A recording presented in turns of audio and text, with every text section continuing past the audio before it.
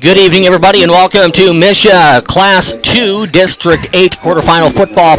It is the number 5 seed in this district, the Trenton Bulldogs, set to take on the number 4 seed, LeBlond Eagles. You talk about good timing, coming out of pregame to live from Eagle Stadium, and we got it. The ball is on the tee, and it's ready to be booted away by the Eagles, who are in the home purple tops with the gold pants, the white numerals, and the gold helmet. Trenton is in the traveling white tops with the gold, with the black numerals, black pants, and the gold tee with the black helmet. It'll be LeBlond to kick it off to the Bulldogs to start this ball game, as we're joined here by Jacob Marlay. We are also live right now on YouTube.com. Go to YouTube.com, then click on the search engine for KTTN Radio, and once you click on there, you should be able to find this game live very close to the top of the page. Ready for the opening kick, Jake. What are you looking for from the Bulldogs tonight? I'm looking for them to start their offense early. I'm looking for them to try and get in rhythm from the snap of the ball, and mainly that's going to come down to how well the offensive line wants to play from the first snap. Lamp and Leap are back deep to return the opening kick of the ball game by Bishop. LeBlond's Wade Metcalf, 186-pound left-footed senior, boots it high and deep, caught at the goal line, then bobbled by Lamp, and it was in the end zone. And it's a high school rule that if it is in the end zone, you can't return it. So it'll be a touchback, and the Bulldogs will get the football first down and 10 from the 20-yard line. That was one of the better kickoffs, if not the best kickoff that we've seen all season long. It was deep, but it was also high. That kid has a great leg for LeBlond. Yeah, I would completely agree with that statement. I don't think that we've seen many, if at any, kickers kick it all the way to the end zone yet this season, and he was able to do that. So, yeah, great kick by him. A lot of rules that changed in high school football. Maybe not a lot. If that would be one of them. If you catch it in the end zone, you can return it. Play big boy football. Cale McCarter leads the Bulldogs to the line of scrimmage, first down and 10, moving from right to left on your radio dial. Motion man is Leaper, and here's a keeper by McCarter. He spins it right side, dives out to the 26-yard line. So the Bulldogs fake it to Neff on the opening dive of the game, and going off tackle for a gain of 6 is senior quarterback Cale McCarter. What do you think there? Is that kind of by plan? We know Neff is going to see the football. Do they want to put that shadow of doubt LeBlond's defense early? Yeah, it seems like, every single game it started off the very first play, Neff is going to go right up the middle, so this time they run the opposite play, the counter play to that, where McCarter fakes it to Neff and runs around the outside. Seems intentional to me. Second down and 4 from the 26. Tucker Franklin leans over the football. The senior will give the ball off to a fellow classmate here, Cale McCarter. He keeps again, runs it forward to the 29-yard line. Again, they fake it to Neff. And you would probably know more than I. That's not necessarily a called play. That fake to Neff is McCarter reading the play, isn't it? He has a choice whether or not to hand it off or keep it at that point. Yeah, that's definitely an option play. He's reading normally the guy right either on or outside the tackle, and if the guy bites down on the dive, then Cale keeps it and runs outside, and that's what happened there. Bulldogs want to win this road game. They got to be successful on these. This is third down and about a couple of inches. Ball just short of the chalk line at the 30. So Trenton wants to take care of business here. I suspect, and I'm smelling a Colton Neff run. Here he comes, right downhill, first down to the 35, and he bangs to the 36-yard line. When it's third and inches, and you get Neff not with 2, but Neff gets 6, and he wasn't hit until he already had 5, that's a great job by the offensive line. That's Neff immediately getting to the second level of LeBlond defense. Yeah, that's exactly how Trenton wants these plays to go with Neff, is you got to get the first line blocked, obviously. If you can get any guys up to the second level, that's really helpful. But once Neff gets to the third level, they're not going to be able to bring him down, at least for a huge positive gain like we saw there. Coach told me last night, Coach Boswell, he wouldn't mind seeing about 80-yard, 10-minute drive here in the first quarter. We'll see as the handoff goes to Neff. He burrows his way right through the middle of the field for a gain of just about 3, maybe 4. It's going to be about the 39-yard line right between the hash marks where Colton Neff is stopped. So 4 plays in. The Bulldogs, 9:52 to go in the first quarter, have a first down, and not a great first down play, but if you're the Bulldogs offense, 3 yards and a cloud of dust, not a bad thing. We'll see if they can do the same thing here on second down, maybe even get a little bit better. 2nd and 7 from the 39-yard line. McCarter sends Leaper in motion, hands up the football. Travis cuts back to the middle, and he's going to be hit at the 41. He drags a tackler close to the 43-yard line.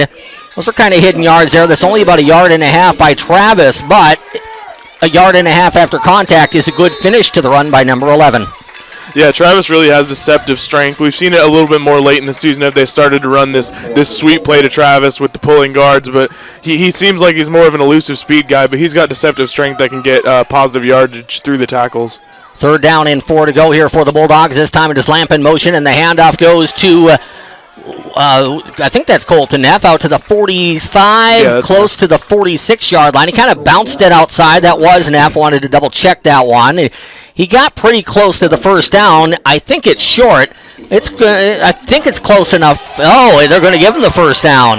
Wow. A little bit surprised by that. It looked like it was short, and I think some of LeBlond fans were kind of not happy that they decided to move it forward, but I think what they're saying is Trenton needed to get the ball to the 46, and the ball's at the 46. Yeah, I'm pretty surprised by that call, too, because it seemed to me, and we're sitting on the 50-yard line, that it was short or right there, but no, not even a measurement call. I'll say this, too, trying to be unbiased a little bit. I think Neff got a pretty good spot. Here's Leeper bringing it right side, cuts to the middle, and he got a yard at most. Got to the 47 and not much more, so we'll give Travis a yard on that carry. 2nd down and 9. Haven't seen Trenton go to the air yet. 8:20 to go in quarter number 1. Independent Trenton, the number 5 seed. Interesting matchup, though. Trenton, a road team 5 seed. 3 games better than LeBlond this season. Trenton 7-2, LeBlond 4-5, but LeBlond in the MEC played a superior schedule. 2nd and 9, motion man Lamp. Jonathan gets the football. He's going to get the corner. 45-50, puts his head down. Flag on the play as he's out to the 43-yard line. You had Trey Shields blocking out front. You had Mullenix blocking out front. It had to be one of the two. The flag was thrown right at their feet. Yeah, the spot where the flag was thrown indicates that it was either an illegal tackle or a hold by Mullenix. Hold against the Bulldogs. The only good thing about that, and it's hard to say there's anything good about a penalty that's going to take a first down off the boards, Jacob, is that it is a spot foul, and the hold actually occurred a good 6 or 7 yards beyond the line of scrimmage, so it's going to end up being a loss of about 3 yards from the original spot here for Trenton. It could have been worse, but it's going to move it from the LeBlond 45 back to the Trenton 44, I beg your pardon. It'll be 2nd down and 13. Yeah, that's definitely the silver lining to that call, but penalties are never anything good, and it's especially a penalty like that on a big gain where it could have been 3rd and short, and now it's 2nd and 10 plus. They got Lamp open to the soft near side. Now Leeper goes in motion. He'll get the pitch. He's going to pull up. He's going to throw the ball in the direction of Mullenix. It hangs in the air, and Craig goes and gets the ball, and it bounces off his hands incomplete. That was not the best throw we've ever seen Travis try to get. I wouldn't say Cree was open, but he read that football much better than the LeBlond player. And just to the naked eye, as Paul Sanchez out there for LeBlond, I thought Cree had a chance of rolling that one in. I thought it hit him right in the hands. Yeah, it looked really close. It was just a little bit too inside from the route Cree was running, and it makes me wonder how much they practiced this play over this week because it looked like it was drawn up pretty well, and I'm wondering whether this was a new play that they wanted to throw in for LeBlond or whether they had been working on this all year. It looked like a duck, though the ball coming off of Leeper. I don't think Travis was able to grab that ball cleanly. It floated in the air. It was not well thrown. Here's McCarter. He sends Leeper in motion, fakes the ball to Leeper. He's back to pass, and it's a screen back to Neff. He breaks a tackle to the 45. Puts his head down at the LeBlond 45, and he's bounced out of bounds close to the first down at the 43-yard line. That is vintage Colton at Neff. They throw him the screen pass. He needs 12 yards to get a first down. He got 13. What a play by the senior. Yeah, we saw that play get big yardage last week, and they went right back to it for good reason because you get Colton Neff the ball, and in space, he's really dangerous, especially out there out wide. The only people that are going to be out there are defensive backs and chasing linebackers, and Neff's going to have a huge advantage against those guys. This is KGOZ, Gallatin, Chillicothe. He almost knew that Colton Neff would break that one-on-one tackle in the flat. He did.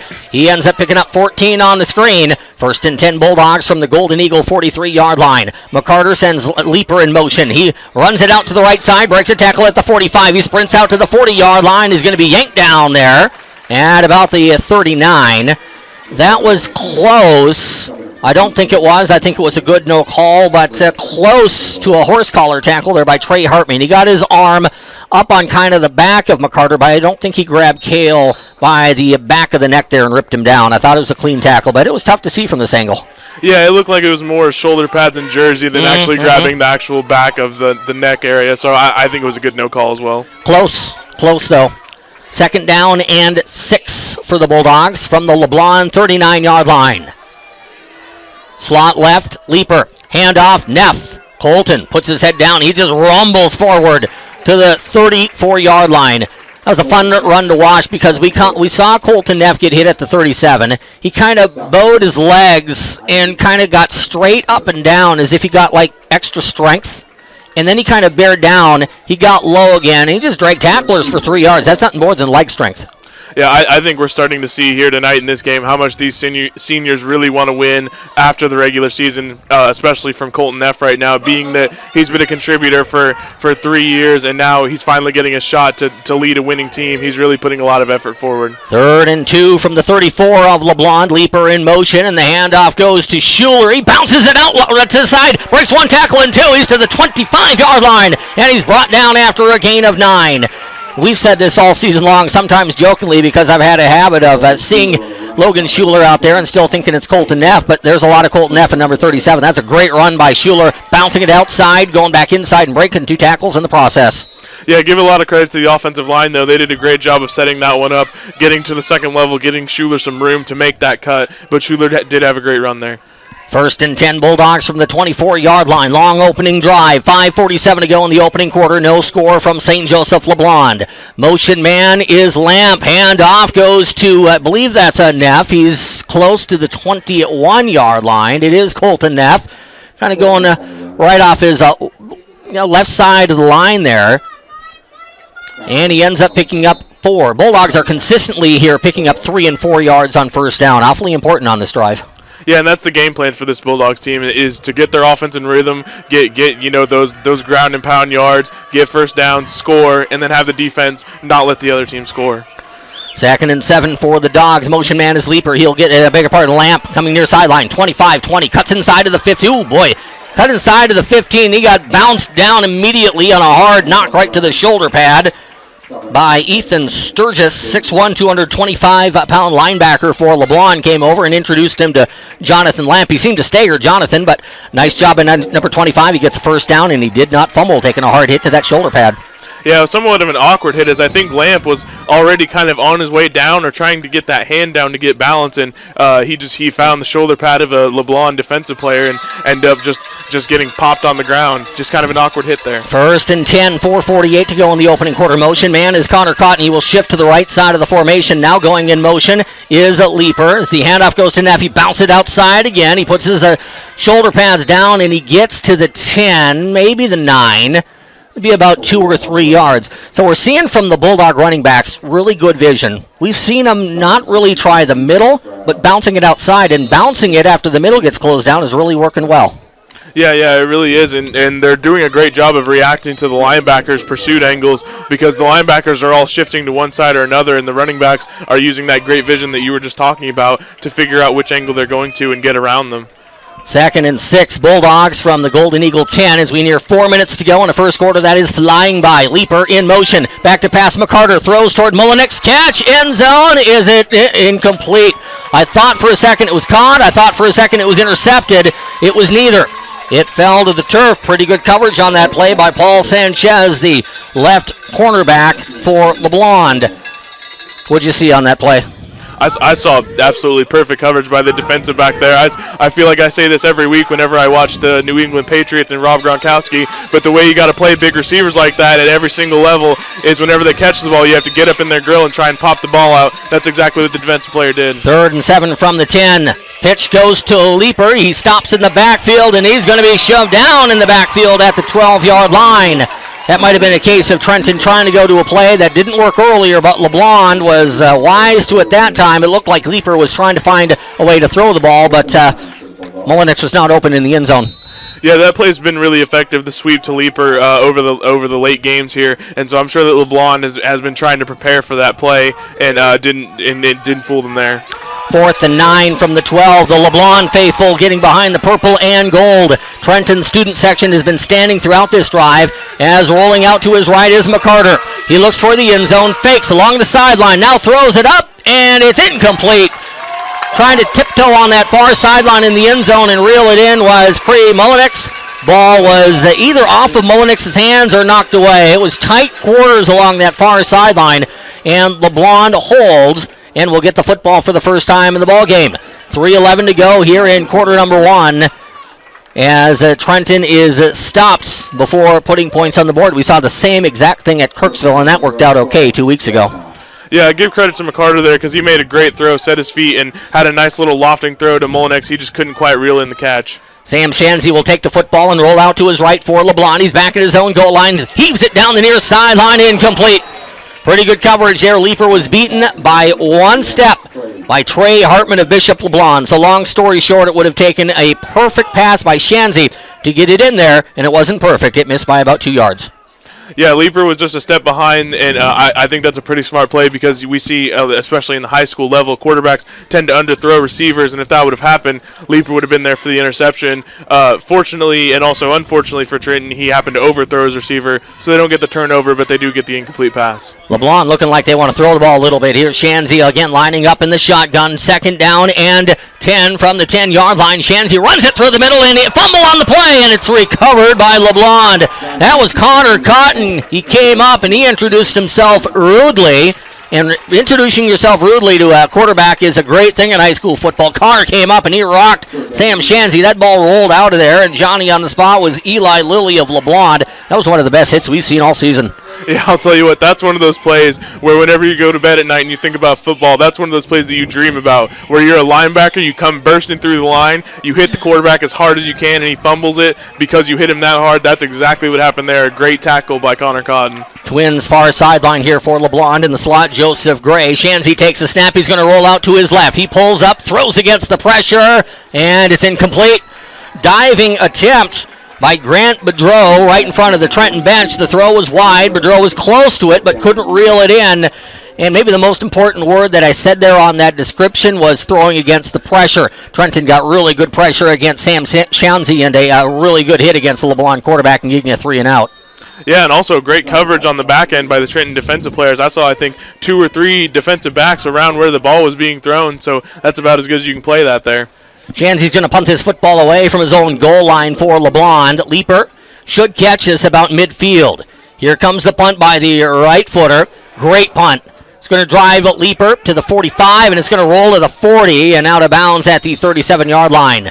That is a punt of 53 yards without a return. At the high school level, that is putting the foot into the football. And it's one thing, I think, we've seen Trenton have the better of the first quarter, but we've also seen LeBlond with pretty good kickers.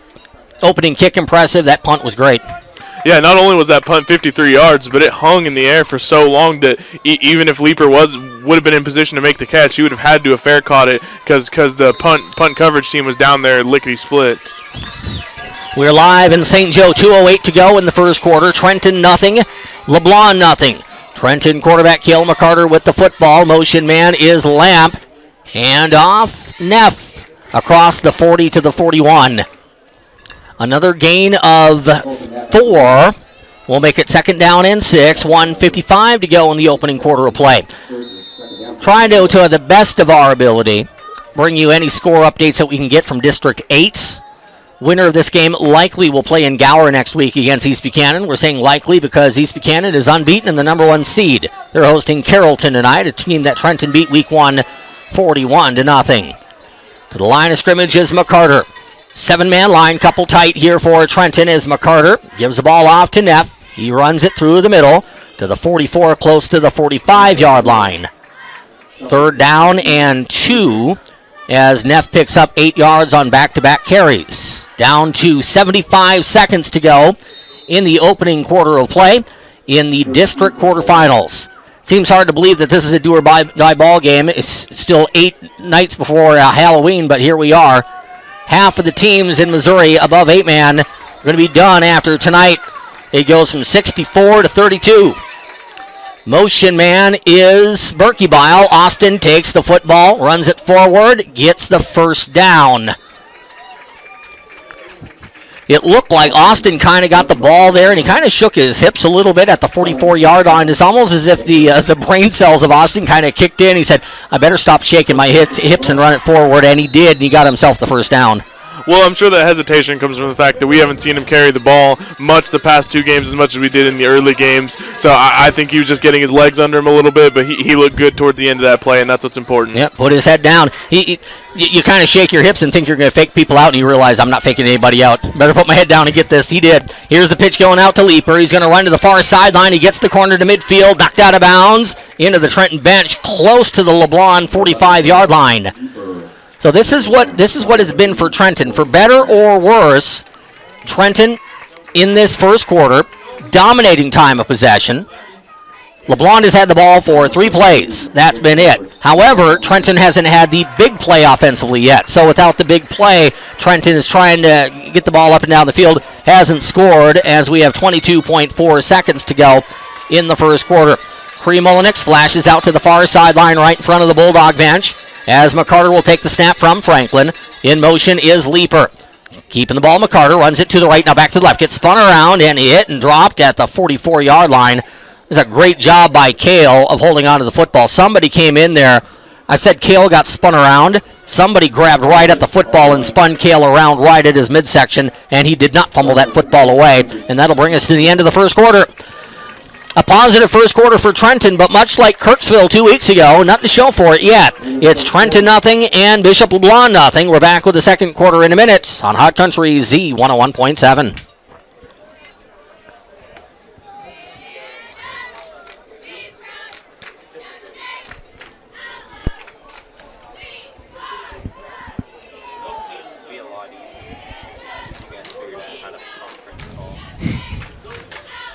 Are we going to stay on the phones, or are we going to switch back, please? Hey, Emily.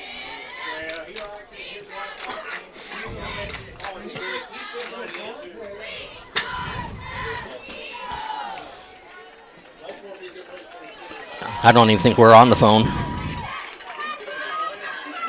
Yeah. Have we not been that whole time? At least for a while. Well, that's good to know. Which is interesting. We're still connected. That's a good sign. Emily, I'm trying to call you here on the phone. We are not connected right now on the phone. I will take it here in about 10 seconds. I just tried calling the line and it was busy.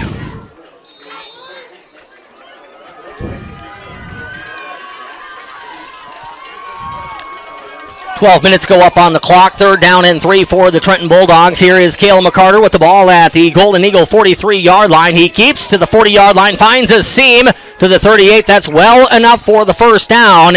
He gets banged down by 3 members of the Golden Eagle second level. Ethan Sturgis, the 205-pound linebacker, helps on that tackle. We continue to see the Trenton Bulldogs move the ball up and down the field. At point of the ball game now where the Bulldogs really want to get points. It's one thing to say we're controlling the football. You need to get points to win football games, though. Yeah, but they still have plenty of time to get points, and they're relying, of course, a lot on their defense to keep the other team from scoring points. This offense isn't about big plays or style points. They're more about just getting the ball in the end zone. Connor Cotton split out wide to the right. Motion man is Leaper. Back to pass is McCarter. He's going to sprint out to his left. A play breaks down, and Cale breaks a tackle. Breaks another tackle at the 35. McCarter doing his thing. He gets a block to the 30. He's down the sideline to the 25. He gets a block to the 20. Steps inside to the 15, and he's out of bounds at the 13-yard line.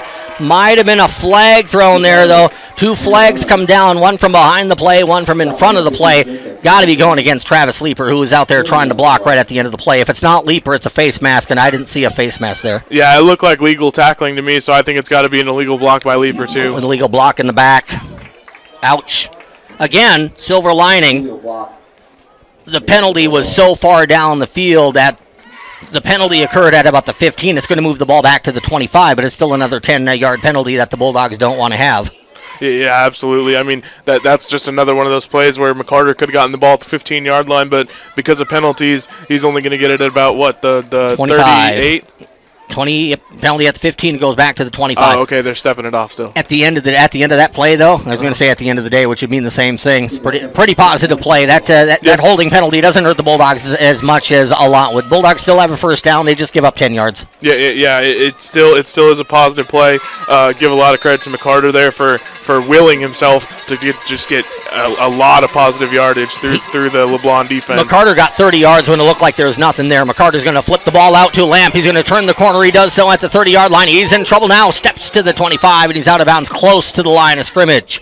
We saw a similar pitch play that resulted in a holding penalty against the Bulldogs in the first quarter, where the Bulldogs got Jonathan Lamp on the left side of the formation. It was kind of a weaker side for LeBlond, so he's able to turn the corner. LeBlond was in the backfield against Jonathan on that play.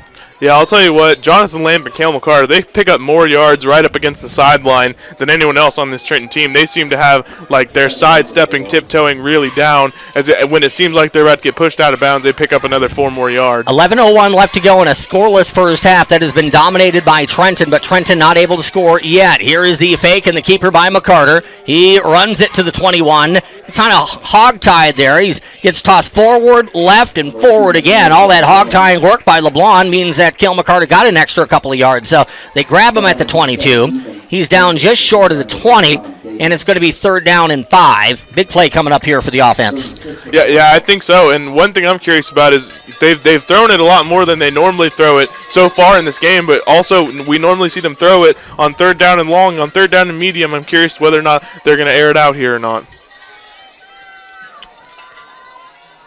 As McCarter will take the football, and he hands it, he keeps it, I beg your pardon. He's ahead to the 15-yard line. He faked it to Schuler. Before that play, I was looking to see if it was Schuler or Neff in the backfield. It was Schuler. The fake went to 37. McCarter keeps it, and he ends up picking up 5 yards. Close to the first down. It's going to be 4th and inches for the Bulldogs. This is where your jumbo package comes in. Yeah, absolutely. This is where your jumbo package comes in, and this is where you put the ball in the hands of the guy that brought you to this, Colton Neff. Who is not in there right now. That is a surprise. Yeah, Schuler's in there. Schuler puts his left hand on the ground. I figured out the difference between Schuler and Neff. A quarterback keeper by McCarter. He's going to get the first down, I think. If they give him a spot that's accurate, he's going to get the first down, and I think they're going to mark him right at the 14-yard line. A credit to LeBlond. That was not easy for the Bulldogs. LeBlond was very difficult to move in there. Isaac Castor was making life difficult, as the Bulldogs do get a yard, a hard-earned yard, I might add, and the first down. So a fresh set of downs for Trenton. The Bulldogs try to climb ever closer to getting on the scoreboard in what has been a Trenton-dominated, scoreless first half of play. Trenton dominated, 9:34 to go in the second quarter. LeBlond has had 3 plays, 3 and out. That's been it. Trenton's been running the ball up and down the field. Stopped on downs inside the 15, first drive of the game. Now 1st and 10 from the LeBlond 14-yard line. Timeouts. I think this is the Bulldogs. We will check. It is Trenton's timeout. 9:23 to go in the second quarter. No score from St. Joe. We're back in 30 seconds on Z101.7.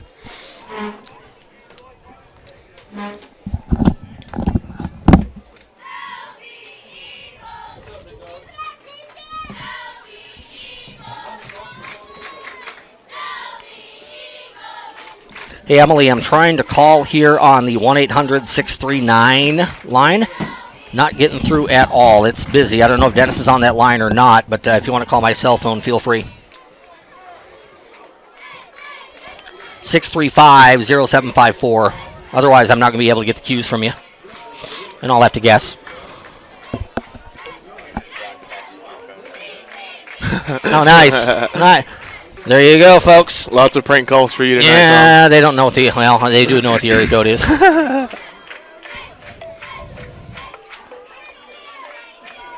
Hello. 1st and 10 Bulldogs from the 14-yard line. Handoff goes inside the tackles. I believe that is Leaper. It is. That ball was knocked away late. Is it still loose? It rolls around at the 20-yard line, and they are going to say fumble recovery by LeBlond. Travis Leaper was still fighting for yardage. LeBlond able to get their hand in there and knock the football away, and it'll be 1st down and 10 Eagles.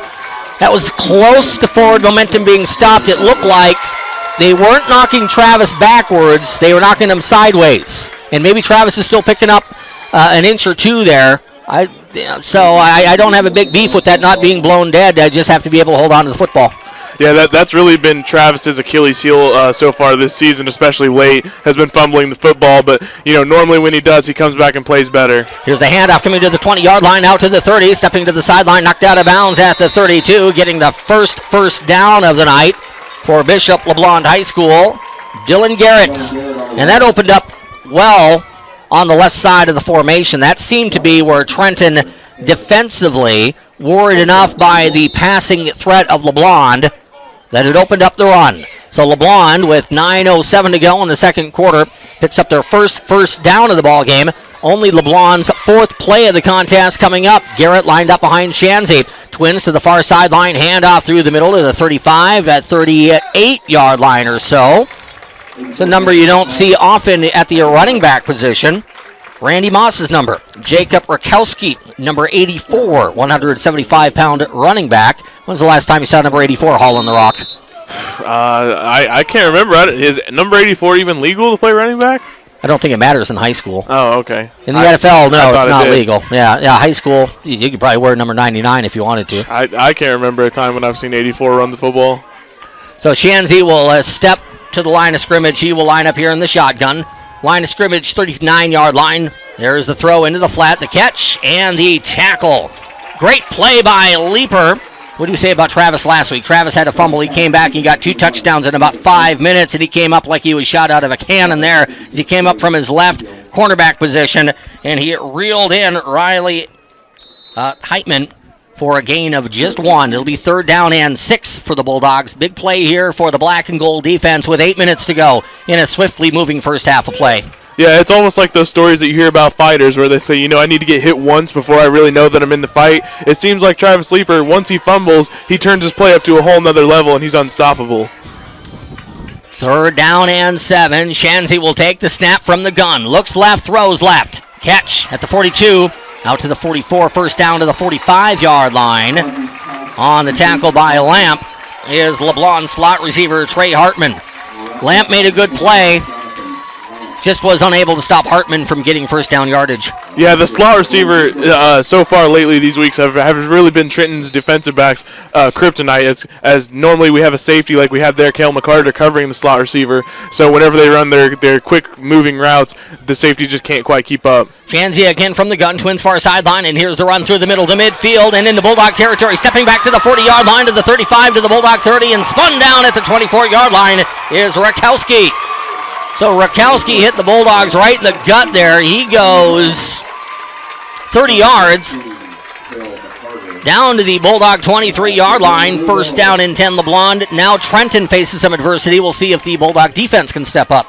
Yeah, the front 2 layers of the Bulldog defense has got to play better. The defensive line has got to get penetration or at least hold the linemen where they're at, and the linebackers have got to fight off blocks and not lose the running back in the line of scrimmage. Twins both sides here for LeBlond. Shanzy takes a snap, hands it off Rakowski to the 20-yard line, and he's going to be stopped there by the Bulldogs, just short of the 20.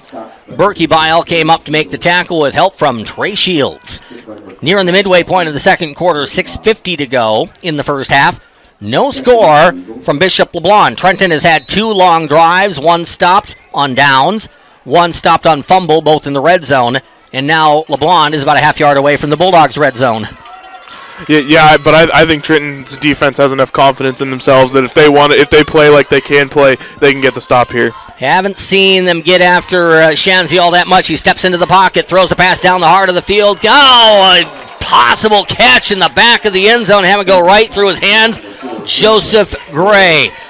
It was not bad coverage for Trenton, but the throw was right there. Gray had to go right off his hands. That was a catchable football, a break for the Bulldogs. Yeah, a lot of credit to the quarterback, Shanzy, there. That was a perfect pass right over the shoulder to his slot receiver, but McCarter was able to just barely get the hand in there, and that caused enough of a disruption in the football that the receiver couldn't make the catch. 3rd down and 7. You got to figure this is either 4-down territory, maybe because we've been impressed by the LeBlond kicking game.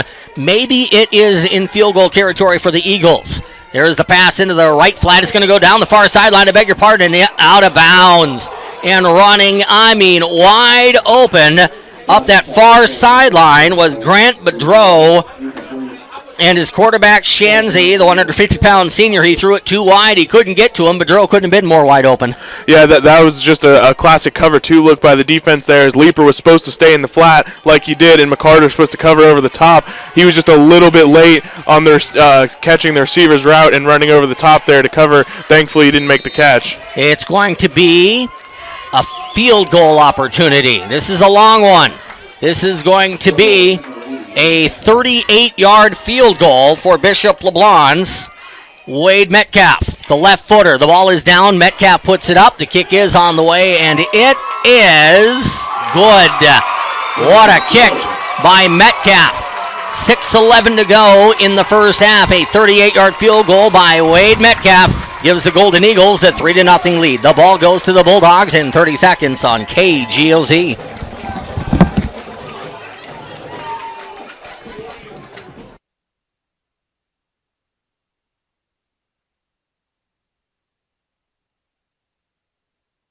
Make sure they go off.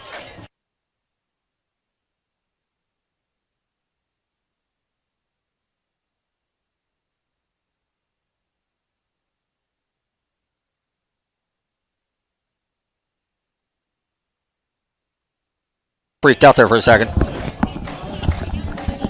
Okay, we're good.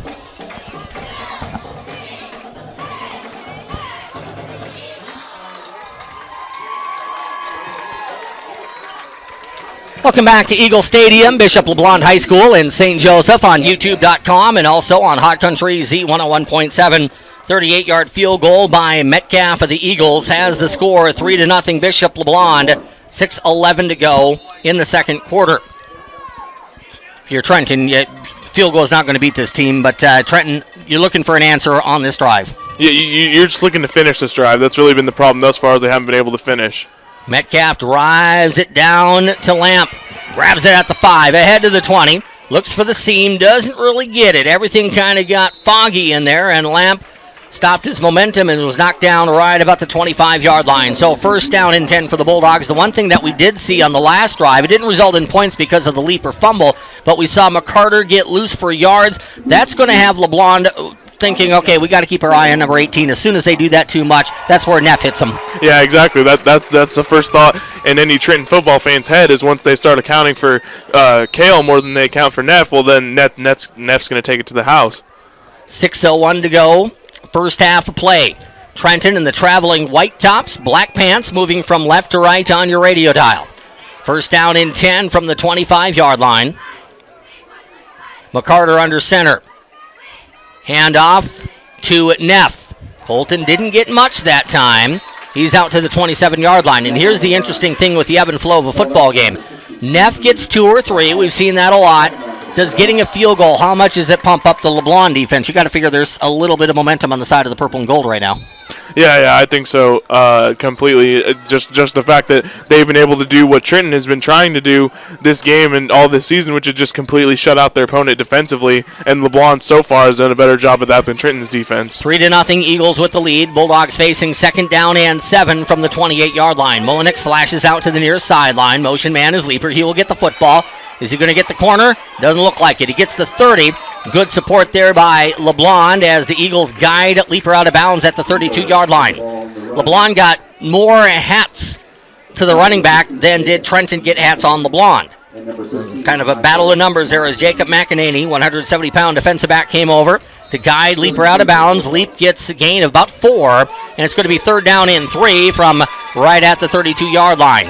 5:15 to go. Clock stopped in the second quarter. The score, Bishop LeBlond 3, Trenton nothing. The 4-5 matchup here in Class 2, District number 8. Mullenix, far side receiver. Lamp in motion, a little bit of reversal, and the handoff goes to the middle for the first down. That's the first time we've seen that action on that play. We saw the right side back go to the left. It looked like Trenton's going to flip the ball out there, and Trenton took Neff to kind of the weak side of the defense, and that's a good spot to put number 33. Yeah, it really is. It's a great spot to put number 33 anywhere in which the defense isn't quite prepared for him to run up the middle, even if they're just a little bit off or a little bit not ready for that blast up the middle. Colton Neff's such a good running back that he's going to take advantage. First down and 10 from the 38-yard line.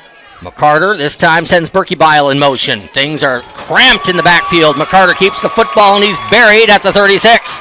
That'll be a loss of 2. We say it all the time and we don't mention the guys, whether it be positive or negative up front, enough. On that play at the line of scrimmage, and this has not been the case a lot tonight, but that was advantage LeBlond. A loss about a half yard on the play makes it 2nd and a long 10. Yeah, anytime the defensive line can get penetration and can stop your quarterback on a running play before he even gets the chance to get positive yardage, that's always a bad sign for your offensive line. 3 in the wide receiver patterns is back to passes. McCarter looks left, throws left. Wide of Leaper and incomplete. A tough pass for Cale McCarter. Leaper was open, but Cale had to get enough air under that football to get it over the hands of Wade Metcalf, the kicker who just kicked the 38-yard field goal.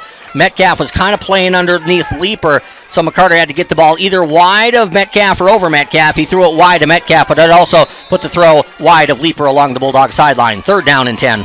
Yeah, also he looked like he had to throw it somewhat off of his back foot, couldn't get all he could off of that ball, and so I think that also had to do with the fact that he couldn't quite get it all the way there. 4:10 to go in the first half. LeBlond 3, Trenton nothing. As McCarter will send Berkey Bile in motion, fakes the pitch, throws it back to the near side. Neff catches and is hit immediately.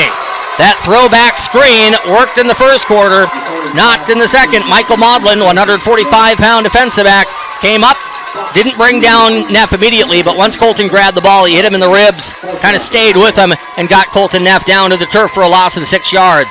Big time stop there by LeBlond, and now Trenton will kick the football over to the Golden Eagles. Yeah, I think that they were just ready for that play the second time around, and especially with the delayed throw by McCarter as he was faking the pitch, that they just snuffed it out from the beginning. Here comes the punt. High snap, and barely getting it out of there are the Bulldogs. Nice kick to the 30. It's going to roll toward the 20-yard line, and letting it go will be LeBlond's Paul Sanchez. Let me give some credit there to Trenton's Jaden Whitney. Freshman back there where that snap was. He had to jump to his right and jump high to get that ball, then get rid of the football, and he was under stress, and he got rid of a great punt all the way inside the 20-yard line, as it's going to go down to the 15-yard line here, 1st down and 10, LeBlond. That's a great job by the freshman. Yeah, Jaden Whitney trying to play a game of anything you can do, I can do better here with this LeBlond special teams staff. So 1st down and 10, LeBlond. Splitting out wide to the left is Joseph Gray. Twins to the right for the quarterback, Sam Shanzi. Shanzi takes the football, fakes and rolls to his right. Naked boot, throws into the flat, incompletes.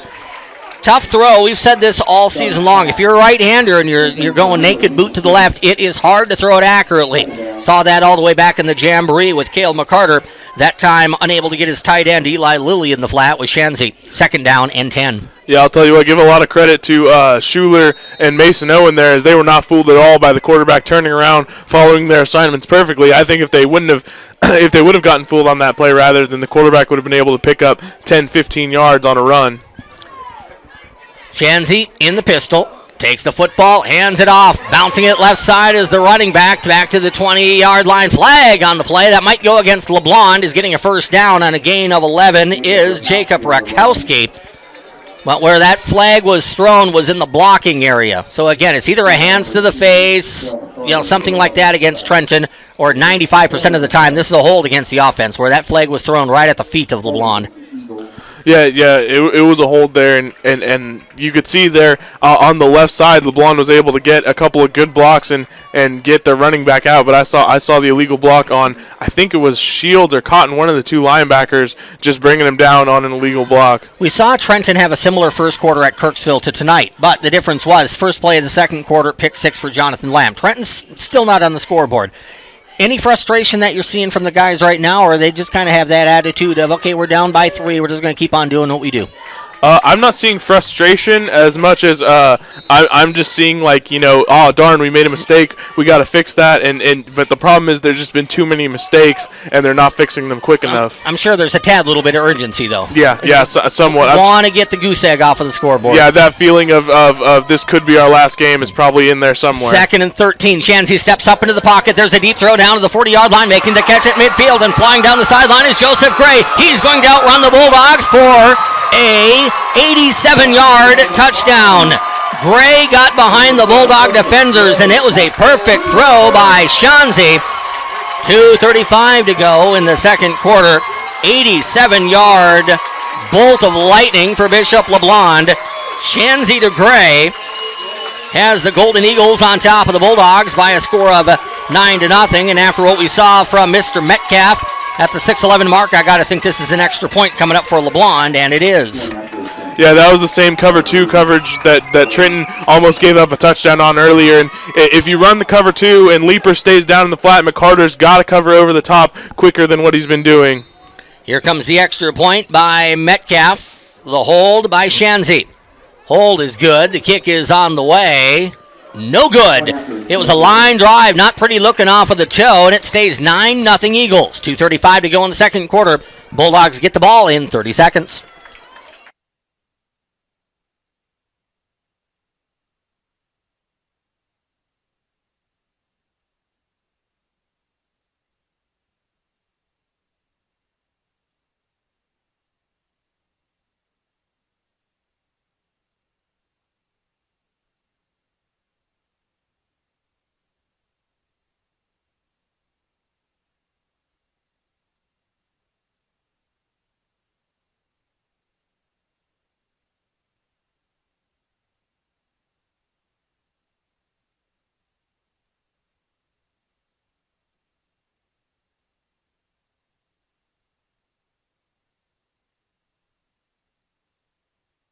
Points on the scoreboard, and in order to do so, have to be successful and work quickly. 2:35 is going to run pretty quick when the Bulldogs get the football here, Jake. Yeah, this is all going to come down to the offensive line play. They've got to set up good blocks for Neff, or if Trenton decides to throw it a little bit more with the limited time, they've got to make sure that McCarter's protected and can set up good throws. So booting the football away, we know he has a good leg. He kicked it in the end zone to start the ball game as Metcalf drills the football high end over end. This is not going to reach the end zone. Caught at the 2 by Lamp. Jonathan to the 10, to the 20, finds a lane to the 25 to the 30, gets spun at the 32-yard line, forward momentum to the 33. Say kick return of 30 yards. Nothing wrong with that by Jonathan Lamp. Good field position for the Bulldogs. Yeah, not at all. Jonathan Lamp just had blockers in front of him this time and had that sprinting speed that he's got. Was just able to find a hole. Unfortunately, I think he ran into one of his own blockers, and that's unfortunately was a downfall. We know Trenton is a running offense, so time is going to run quicker. 2:25 is not a ton of time for a running offense. How does Trenton change things here in the quote-unquote 2-minute offense late in the second quarter? Well, just the offensive line has got to play better. They've got to win the battle at the line of scrimmage. They haven't been able to do that thus far, and that's why the running game has only been so-so. McCarter goes under center. Motion man is Leaper. Keeper by Kale. He's going to bounce it to the outside of the 35-yard line. He finds the sideline and knocked out of bounds at the 41. It's a nice job by Kale. So one of the things we were talking about there is Trenton is going to have to go quickly, but they're also going to try to find the sideline. That'll stop the clock, and that is a gain of, that kind of looked like a so-so blah play. Well, you look up at the end of that one, that's a 9-yard gain. That was a very nice first down carry by Cale McCarter. Yeah, McCarter had a lot of effort in that one and was able to get the edge just for a moment on the LeBlond defense, and that was what allowed him to get the 9-yard gain before stepping out of bounds. 2nd and 1 for the Bulldogs. Maybe a chance here to go deep. It's 1-on-1 on that far sideline to Mullenix. Ball at the 43-yard line. Handoff goes to Leaper. He looks inside, and he does not get the inside. In fact, he got roped down and driven down at the 40. Good football tackle by Ethan Sturgis. He does get the first down, though, as Leaper got to the 45-yard line. I didn't see Travis get that far, but referee's got a lot better look at it than you and I. Has pretty good forward momentum there for number 11. Yeah, I'll tell you what, the LeBlond defense is really controlling the inside of, the inside of this football game at the line of scrimmage. It seems like the Bulldogs haven't had any success running up the middle except with Neff, but that's different because Neff is such a more powerful running back. 1st and 10 from the 45, back to the pass, 2-step drop, throwing the ball into the direction of Mullenix as McCarter. He missed him. You would like to hit Cree on that play, but an incomplete pass does stop the clock, so that's not the worst thing in the world there for the Trenton Bulldogs. Yeah, good coverage there by LeBlond. Sorry about that. And, if you hit Cree Mullenix on that, I think that he would be able to break the tackle and make his way into the end zone. Not the first guy to clear his throat on YouTube or on the radio. It's all good. Yeah, you'll have to forgive me. My allergies are acting up. I've had one of those days, too. I don't know if it's allergies, but sinuses have been working overtime today. Second down and 10 for the Dogs from the 45. Motion man leaper, misdirection to Berkebile. He bounced it left side, and he's going to lose a yard. They tried that misdirection, which has been successful a couple of times tonight. LeBlond's pretty fired up. They're playing tough and they're playing physical. Been a couple of times, and that was a play right there where they're hanging on to the running back and kind of shoving him backwards, kind of dancing right on that edge. You don't sense that? Yeah, 15-yard late hit penalty, stuff like that. I kind of sense that with the referees' calls. It seems as though they're more on the end of letting them play than calling it early. I'll say this too: as much as we would like to see a 15-yard penalty, we wouldn't be adverse to that. I do like the fact that the referees are letting them play. Yeah. As long as they keep it consistent on both sides, I'm happy with the way that they're calling it. And we can tell this. The referees can tell this. The players and the coaches can tell this. We can tell the difference between dirty and hard. Yeah, we really can. And I haven't seen any dirty plays here tonight. I've seen a lot of gang tackling and making sure that they get the running back down on the ground and playing through the whistle, but I haven't seen anything dirty. And what we saw in that last play, LeBlond got a hold of Berkebile. They brought Austin back 5-6 yards, maybe a little bit late, a second or two after the whistle, but not anything outrageous. Yeah, and this is high school playoff football. If you're not ready to play hard through the whistle, then you don't need to be here. 1:29 to go in the first half. 56 yards between the Bulldogs and the end zone. How important in your mind is points of any sort here for the Bulldogs before the half? I think it's definitely important, but then again, we do have a whole second half. It's 9 points, and our defense, is playing well. They've had a couple spotty moments here tonight, obviously by the score, but with a whole second half to go and our defense playing the way that they can, I don't think it's huge. No, not a game ender if it doesn't happen. No. Back to passes. McCarter throws the ball into the flat and almost intercepted. McCarter was under heavy pressure there. That forced the bad throw behind Mullenix. And closest to that football was Michael Maudlin of Bishop LeBlond. So here's what we're seeing from LeBlond. And this is where you look back, and if Trenton doesn't win this game, they're looking back at two drives about 75, 80 yards that resulted in no points. Now you're looking at a LeBlond defense. Gave up 7 to Savannah last week, is shutting out Trenton in the first half this week. Certainly a rubber band effect here for LeBlond, but the Eagles are getting it done. Yeah, they're playing a lot, really well to Trenton's strengths. They have... There is a punt by Whitney after he bobbled the snap. Special teams leaky here for Trenton as the punt is picked up at the 15-yard line, out to the 20, to the 30, skipping around the Bulldogs and wrestled out of bounds right about the 35-yard line is Paul Sanchez. Punting game is making me a little bit nervous right now. Jaden Whitney's got the job done in a couple, but we had one snap high and wide, and that one right in Whitney's hands, and Jaden dropped it. That keeps happening. There's going to be a punt block and maybe 6 the other way.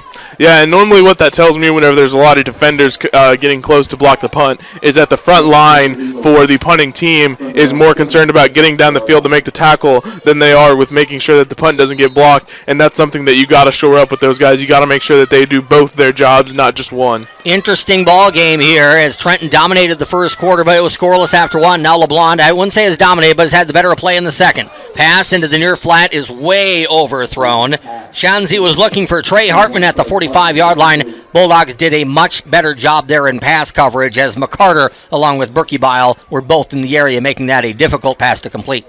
Yeah, they really did. And one thing I'm kind of curious about here is the pass plays that I think the Bulldogs have been somewhat burned on have been whenever the Bulldogs are in zone coverage, but they're sticking with the zone coverage. It shows me that they have a lot of faith in Coach Coffey's system, which I would as well. Coach Coffey's an excellent defensive coach, but it shows that they're showing a lot of faith in what he preaches. 2nd and 10 for the Eagles. 65 seconds left to go in the first half. LeBlond up 9-0. Pass into the flat, incomplete. That was dangerous. I'll tell you why. You might have, if you're watching on YouTube, I'm sure we got that. Shanzi's looking into the flat, looking toward Trey Hartman, and looking him right in the eyes, trying to pick that ball off or at least knock it down. Colton Neff. Yeah, and that's always a scary thing considering the playmaker that Neff is. If he gets that ball in his hands, I don't know that there's an offensive player that could have stopped him from taking it to the house. Easier said than done to pick off that ball if you're Neff, the right defensive end. If he does, it's a pick six. Yeah, Guarantee absolutely. of the night right there. Nobody between Neff and the end zone, 35 yards away. 3rd down and 10, Eagles, 1:02 to go in the first half. Trenton trying to get the ball back. As Shanzi looks left, throws left. There's the catch at the 37-yard line. Broken tackle at the 40 and out of bounds with a flag on the play for a late hit. The late hit's going to go against Shields. Is stepping out of bounds was Trey Hartman. We were watching that. We were kind of saying earlier there's a difference between dirty and playing hard. That's not a dirty hit by Trey, but it was a late hit, and it was right in front of the LeBlond bench, and it was right in front of the referees. Yeah, I'm going to give the ref. I couldn't see it. I'm going to give the referee the benefit of the doubt and say that Trey did make contact after the carrier was out of bounds. I'm not going to say that's a dirty play, but I would say that that's probably a frustration play. You got to know where they are on the field. Yeah, you really do. And what we saw, or what I saw too here, was Hartman. He slowed up about the 46-yard line. He's getting ready to go out of bounds. I didn't see where his feet were, but I think it's pretty clear he was, because he had slowed down and it looked like he was in the bench when he got contact. Yeah, and like I said, I'm giving the refs the benefit of the doubt because they saw completely clearly what happened. Motion man is Churkowski. Here comes the rush. Escaping it is Shanzi. Throws the ball down that far sideline. Incomplete at the goal line. Nice job by Travis Leeper of closing in on the intended target, Grant Bedreau. Leeper was beaten, but he got back into the play, and more importantly, he did not interfere down at the 1-yard line. Yeah, great pass protection by Leeper. And, going back to what I was saying a little bit earlier before the punt by Trenton, is that this Bishop LeBlond team is really playing to the strengths of Trenton, playing against it. As we saw there, Cream Molinex was able to get around his blocker, but then his blocker took him right upfield like you should. And defensively, they're controlling the line between the tackles and winning the one-on-one battle with Molinex. They're just not letting Trenton do anything that Trenton really likes to do. Twins to the far sideline here for LeBlond. Shanzi takes the snap. Here comes the screen. It's into the hands of Gray, and he has to dive to make the catch. That's a nice break for Trenton, and we'll say unfortunate for LeBlond, because if Gray can keep his feet, that looked pretty good for the purple and gold. Yeah, a little bit of undisciplined play there by the Bulldogs defensive line, is they were all rushed upfield on a screen pass, something that you're taught never to do, and if you would have caught that would have been a really dangerous play. 24 seconds to go in the half. Shanzi takes a snap. He's going to look again for that screen pass. Gray makes a catch at the 40. He gets room to the 30, steps inside at the 25, gets a block at the 20. He's to the 15. Flag on the play as he's brought down at the 11 by Berkey Bile. Flag lays at the 19-yard line. I was going to say right before that play was snapped, it was 3rd and 10 from the 42-yard line, and there's 24 seconds to go, and Trenton was not showing any sort of zone, keep guys in front of you defense. Not that they got guys behind them, but the Bulldogs almost got burned on that play. A late hold against LeBlond is going to be helpful for the Bulldog cause here late in the second quarter. Yeah, that's just frustration that leads to poor discipline to your defensive line, as they, yet again, were all rushed upfield. And whenever you're a defensive lineman, whenever your blocker isn't there or whenever you're not getting blocked, you need to stay at the line of scrimmage and wait for the play to come to you. You run upfield, and you're going to get the play going right around you. It's a nice reminder for the defensive line, too. You see this all the time on Saturdays and Sundays with college and the pros. If you can't get to the quarterback, get your hands up. Yes, absolutely. The ball might hit you in the hands. It might turn into a tip drill. Yeah, and you have to understand the difference between a passing play where you can get the quarterback sack and a screen play where you're intentionally not being blocked. Timeout, LeBlond. We will send it back to the studio for 30 seconds. We're back with the end of the second quarter next here on Z101.7 KGOZ, Gallatin, Chillicothe. Bottom of 3, Royals lead 2.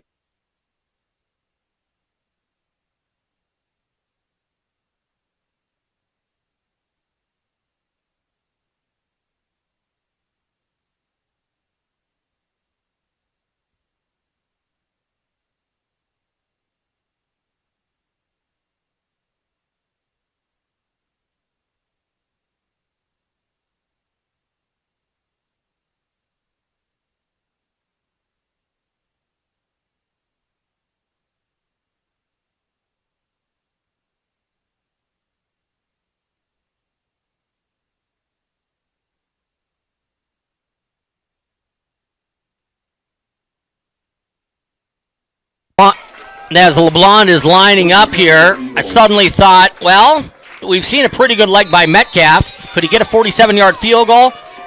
If he can, we won't find that out right now. It is the shotgun here for Shanzi. Twins, far sideline. Shanzi, pump fakes, rolls out of the pocket. He's in trouble. He escapes at the 35, stays on his feet, still wrestled, and he's brought down at the 35-yard line. Neff would not let Shanzi escape. 1.5 seconds to go in the first half. Has to be a timeout on the field, otherwise that clock should have run out by now, right? Yeah, well, I'll tell you what, that quarterback had better thank his lucky stars that they had a timeout left to spare, because you can't do that as a quarterback. Exactly what LeBlond was trying to do was they were trying to get one more pass deep before so that they would have enough time to kick a field goal. And whenever you call a play like that, you can't scramble as a quarterback, because then you run the risk of getting a sack and excuse me, time running out on the clock. You sound like an 85-year-old man all of a sudden. I'm struggling over here, Tom. I'm struggling. You sound like I did about Tuesday morning. I have those days at work where I'm recording stuff and putting stuff on the air, commercials, all that stuff, and I'm listening to my voice in my headphones, man. Saying, man, I sound rough today. And it kind of comes up on you in about 5-second intervals. Came up on Jake up there for a second. It really does. We're going to have to send you down to the water fountain at halftime. Oh, my. Yeah, we might. Get some refreshment. 3.2 seconds left to go in the first half. No field goal. It's going to be a Hail Mary here. No, I think they're setting up for the field goal. They are setting up for the field goal. It's going to be a 52-yarder. I tell you what, this would be impressive if Metcalf can hit from 52. So Metcalf from 52 yards. Line drive, not close. He drove it over the head of McCarter, landed in the end zone, kind of straight, but nowhere close to the uprights. We are at the end of the second quarter. Trenton dominated the first quarter without the benefit and the sweet nectar of points. LeBlond got a field goal and a touchdown in the second quarter. Trenton's offense not as productive in the second quarter. Bulldogs have to regroup as they go into the half. Is the season loss for Trenton? Not even close, but they do need to have a big third quarter. Trenton will be kicking the football away to LeBlond to start the second half of play. It's Golden Eagles 9, Bulldogs nothing. A more lengthy interview with Lady Pirate, North Central Missouri College women's basketball coach Jenny Croy. We played about 5 minutes last week. We'll play about 10 minutes at the half tonight. That's part of our halftime show. 9-0 Golden Eagles. We're back after this on Z101.7. Welcome back to Eagle Stadium. We are right on the campus of Bishop LeBlond. If you're not familiar with where it's at, I feel like that's folks that go from Trenton to St. Joe. A lot of people come over here to shop, and if you come over here to shop, you pretty much know where LeBlond is. We are literally, about 2 blocks, so just off to the immediate west of the mall, right, Jake? Yeah, right off the belt. Yeah, if you want to come over here, it's a great area. I love coming over here and doing some shopping because there's place to eat. Yeah, you got some seafood down the road. You can go and you can get maybe a burger or something like that. So it's really it's right off the as Jake said, it's right off the belt. You can find anything between here and 36 on the belt. It's there for you. We are right in that area of St. Joseph, and right now I don't care what area of St. Joseph we're in. The Bulldogs need to get points. First things first. We need a defensive stand or a turnover. I'd take the turnover, but a 3-and-out would be nice to start the third quarter for our defense. Yeah, and this defense is completely capable of that, especially after coming out of halftime and probably making some huge adjustments. Mason Owen drives the ball down to the 15-yard line, returning it up the far sideline to the 35 to the 40, and knocked out of bounds by Owen to save a touchdown was Paul Sanchez. That surprises me. Whenever I see a nice kick that goes to one side of the field or the other, you figure that side of the field, you can't run out of bounds. But there was a seam up there that the Bulldogs failed to cover, and that was a nice kickoff return of about 30 yards for Paul Sanchez of Bishop LeBlond High School. Yeah, the special teams haven't really looked focused here tonight, and I thought that maybe coming out of halftime, that would be one of the key adjustments, but really from the opening kickoff, I would say that it's still a problem. Joseph Gray lined up to the left here for LeBlond, and the shotgun set is the quarterback, Shanzi. Hands the ball off, coming near side of the field, and brought down in the backfield on a big play by Berkebile is Dylan Garrett. That is the way you want to start. It looked like it was going to be a positive play for LeBlond, but that was maybe the best defensive play we've seen from the Bulldogs all game long by Austin Berkebile. Great open field tackle for a loss of 2. Yeah, great pursuit there by Berkebile. After most of the Bishop LeBlond plays that have gotten the big yardage against this Trenton defense have been outside the tackles, it was kind of worrisome to see that play go outside the tackles there, but Berkebile was able to bring the runner down. Shanzi hands it off. With it is Rakowski. He's to the 45 and trapped up just short of midfield. That looked positive for LeBlond, and it turned out less positive than the Eagles wanted on a shoestring tackle by Trey Shields. Shields, one of those guys, these seniors are going to be playing hard. You don't need to tell them that. The seniors know if they don't win this game, they know what the stakes are, so they're going to be playing hard for the next hour and a half. Yeah, absolutely. Trey Shields, I've been seeing that from him this game, and Colton Neff, I've been seeing that from him from him this game as well. Not to say the other seniors aren't bringing it, but I've seen it a lot out of those two guys. Here's Shanzi, hands it off on 3rd and 7 through the middle. Rakowski, he gets to the 47. LeBlond tried to kind of grease up Trenton a little bit there and surprise the defense on a draw play. Needed 7, got 5. 4th and 2. I'm not sure how gutsy Tony Dudick is. He's a fun character, and I got to meet him before the game. If he goes for it 4th and 2, we're going to find out about Coach's guts right here. Yeah, and I think he's going to go for it, even though they do have a great kicking staff over there.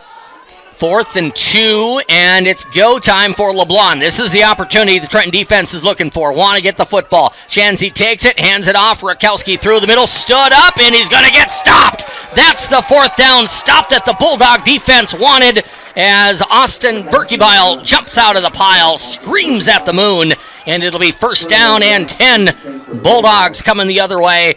That is the type of play. Not only is a 4th down stop, it's gutsy by LeBlond because LeBlond has just handed momentum to Trenton on a silver platter. Yeah, give all the credit there to the defensive line. Although Berkebile didn't actually make the tackle, defensive line had penetration all across the board there, completely won that battle against LeBlond's offensive line, and that was what was able to get the tackle in the backfield.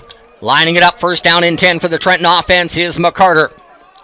Hands it off. McCarter kept, I beg your pardon, breaks a tackle at midfield, and he got no further. He got wrestled backwards, and again, that's where we're seeing, and nothing dirty, but that's another play there, where Eli Lilly makes the tackle at the 50. He literally drags McCarter back 10 yards and then lets him go, and starting to hear some of the Trenton fans just kind of bark at the referee a little bit to kind of watch that stuff. Yeah, you can't get upset about the player at this at all because there was no whistle. Yeah, you play through the whistle, right? Exactly. Yeah, but exactly. If you want that call to be changed, it's about the refs, not about that player. 2nd down and 7 from midfield. Trenton trying to turn a defensive stop into the first points of the ball game. McCarter gives the ball to Neff. That looked awkward from the snap, but I guess everybody was moving on the snap, so it looked awkward, and Neff is going to push forward to the 45. That might have been the ugliest play of the season for the Trenton Bulldogs, and yet Colton Neff turned it into 5, Jacob. Yeah, I don't know what happened there on the snap of the football. It looked like either half the team was late or half the team was early. I couldn't really tell. But as awkward as it was, you had 4 guys moving and the rest of the guys didn't move. There wasn't a false start. No, there really wasn't. You had 7 guys on the field who didn't move with the snap. Yeah, I have no idea whether that was a blown call. I'm assuming it wasn't, or just the fact that a lot of the guys didn't get off the ball at the right time. Half the team didn't know what the snap count was. I guess so. That's the problem there. Going in motion is Lamp. He's going to get the football, sprinting left side. He needs some blocking out front. Cuts at the 50 and brought down at the 48 at the line of scrimmage. Lamp kept looking for that cutback lane. Thought he had one, but it was shut down quickly by the middle backer of LeBlond, Eli Lilly. That's disappointing for the Bulldogs. They get a stop on downs and now face 4th down and 6, and this would be awfully gutsy by Coach Boswell to go for it in this situation. I wouldn't be surprised to see Coach go for it, but he's going to play some field position, probably a little early to be going really gutsy here in the 3rd quarter. Yeah, I think so. Right in the middle of the field, you don't want to go for it. Give LeBlond a low snap, and that's going to bounce by Whitney. The punting foibles continue for Trenton. Whitney kicks it away and does a great job. He kicked it to the 40. It's going to roll to the 30. And down at the 31-yard line. Whitney was tackled when he punted that football, but that's legal. Once that ball gets away from the punter, he's fair game back there. You can't rough the punter in that situation, or you can rough the punter. Yeah, give a lot of credit to Whitney there. That was a really, really great play by him to get the kickoff while being tackled so that LeBlond doesn't get the ball at the 20-yard line. It may not cost Trenton the game, but they got to get it figured out right now. Trenton has had way too many moments on the punt game. It's been now a couple of bad snaps. That was a terrible snap. That was not on Jaden Whitney. That was a snap that landed 3 yards in front of Jaden. He had to try to pick up a football like a short hop. Yeah, with Trenton struggling a little bit here late offensively and they're defensively having some problems, the special teams cannot malfunction. Chanzy looks right, throws incomplete. Slant pattern off the hands of the diving Grant Bedreau. Pretty nice job by Leaper. That slant pattern is tough to stop because what you're looking for in the slant pattern, you're looking to get inside position on the defender, and there's not a whole lot the defender can do to get inside the wide receiver.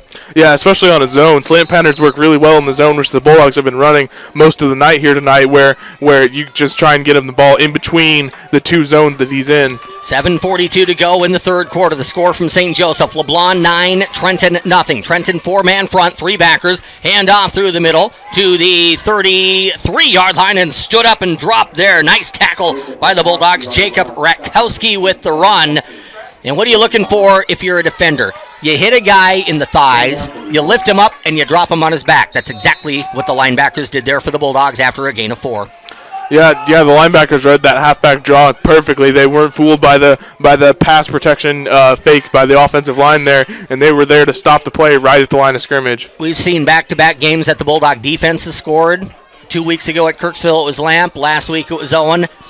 We'll see if the defense can get one of those. We can hope. That wouldn't hurt. There's a little screen pass, and it is almost intercepted. That was right in the hands of Berkey Bile, and Austin is hopping up and down. Earlier, he was happy and howling because he had made a stop on 4th down, or at least the Bulldogs had, and that time he's frustrated because the screen pass toward Joseph Gray, it missed number 4, and it hit number 24 right in the hands, but he couldn't reel it in. In fairness to Austin, you're not expecting that, so it's tough to make that play. Yeah, you almost called that perfectly with the defensive turnover as the screen pass, Berkey Bile and Leeper both happened to be in the position to get that ball before the receiver could. Here comes the punt for LeBlond. That's a low snap, grabbed off the turf and booted away by Shanzi. Not a good punt. It hits at the Bulldog 42 and takes a sideways bounce into the bench. I will mention Isaac Harris's name because he's standing over there. He's a 150-pound freshman. I don't know if he's going to get into the game or not. He's probably on the freshman team. Made a nice catch on that ball. He was standing out of bounds. Ball went right out of bounds. But, hey, we're doing play-by-play. Number 19 caught the football, and he gets his name on the radio. 1st and 10 Bulldogs. You sense the Bulldogs need momentum. Now they need to turn momentum into points. Yeah, I'm seeing Leeper here in that slot receiver spot. That usually signifies a pass. We're going to call that the Holden spot for the time being. That's where he was at Holden with 37 seconds left to go way back in week number 3. Here is the handoff. Neff through the middle to midfield. He cuts outside to the 45, to the 40 with one man to beat, and he's dragged down at the 29-yard line. That one man that he had to beat, Jacob McEnany, got Colton Neff down to the turf at the 29-yard line. With the Bulldogs and their offense, it maybe isn't a pass play. It's maybe a run play that goes for about 28. That's the sort of play that could really get this Bulldog offense going. Yeah, a great hole opened up by the offensive line there, and the linebackers were crowding in on the ball and were on their toes, and Neff blew by them, and they weren't ready for it. Unfortunately for the Bulldogs, he wasn't able to beat the last defender who dragged him down towards the sideline. 9-0 LeBlond, 6.5 to go in the third quarter. Trenton on the move, 1st down and 10 from the 30 of the purple and gold. Neff gets the football. He rumbles it through the middle. Cuts outside to the 25, down to the 24. I love the job by Colton Neff. He got low, which makes him difficult to hit with those powerful legs, but he had 2 hands around the football. I love seeing 2 hands around the football in a playoff game. Yeah, I like seeing the positive yardage here for Neff on this offensive drive because Neff hasn't had a lot of room to work tonight as LeBlond has really been tough on the interior, on the defensive side of the football. But Neff's starting to get some holes here. The offensive line is starting to block better, and we're starting to see some yardage in this offense. Trenton down 9-0 as we go under 6 minutes to go in the third quarter. Trenton 2nd down and 5 from just inside the Golden Eagle 25-yard line. Motion man is Leeper. He's right behind McCarter, who gives the ball off to Neff. Neff to the 24. And driven backwards. So Neff got forward momentum of a yard, maybe 2. It looks like it's going to be a yard. The line judge on the near sideline is standing right on the 24, and that was less than a yard as a matter of fact. Just across the 25. That's about a half yard there for Neff, and it's 3rd down and 5, and a huge play call coming up here for the Bulldogs. I think it's 4-down territory. I don't know if the Bulldogs would try Colton Neff on anything like a 42-yard field goal. Yeah, I think this deep in the opponent's territory. This is probably 4th down territory, being down 9. That means the Bulldogs maybe don't need to get it here on one play. Coach Boswell knows the importance of this play. The second-year man of the Bulldogs, former assistant here at LeBlond, he calls timeouts. 5 minutes to go in the third quarter. It's Golden Eagles 9 and Bulldogs no score. We're back in 30 seconds with more football from Eagle Stadium on Z101.7.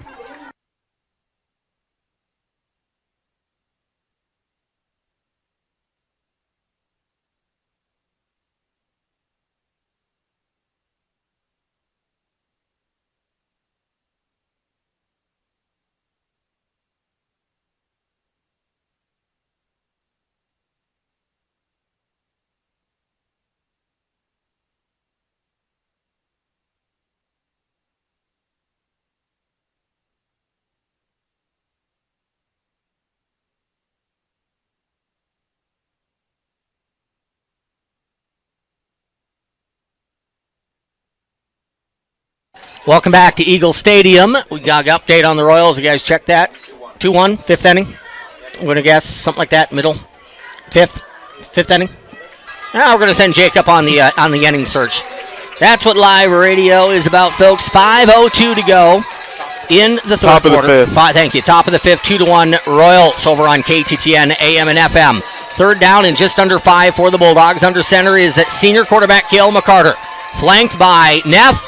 And he'll keep. Pitches it out wide. Lamp is going to get the corner. 20 to the 15 and pushed out of bounds by LeBlond's Jacob McEnany.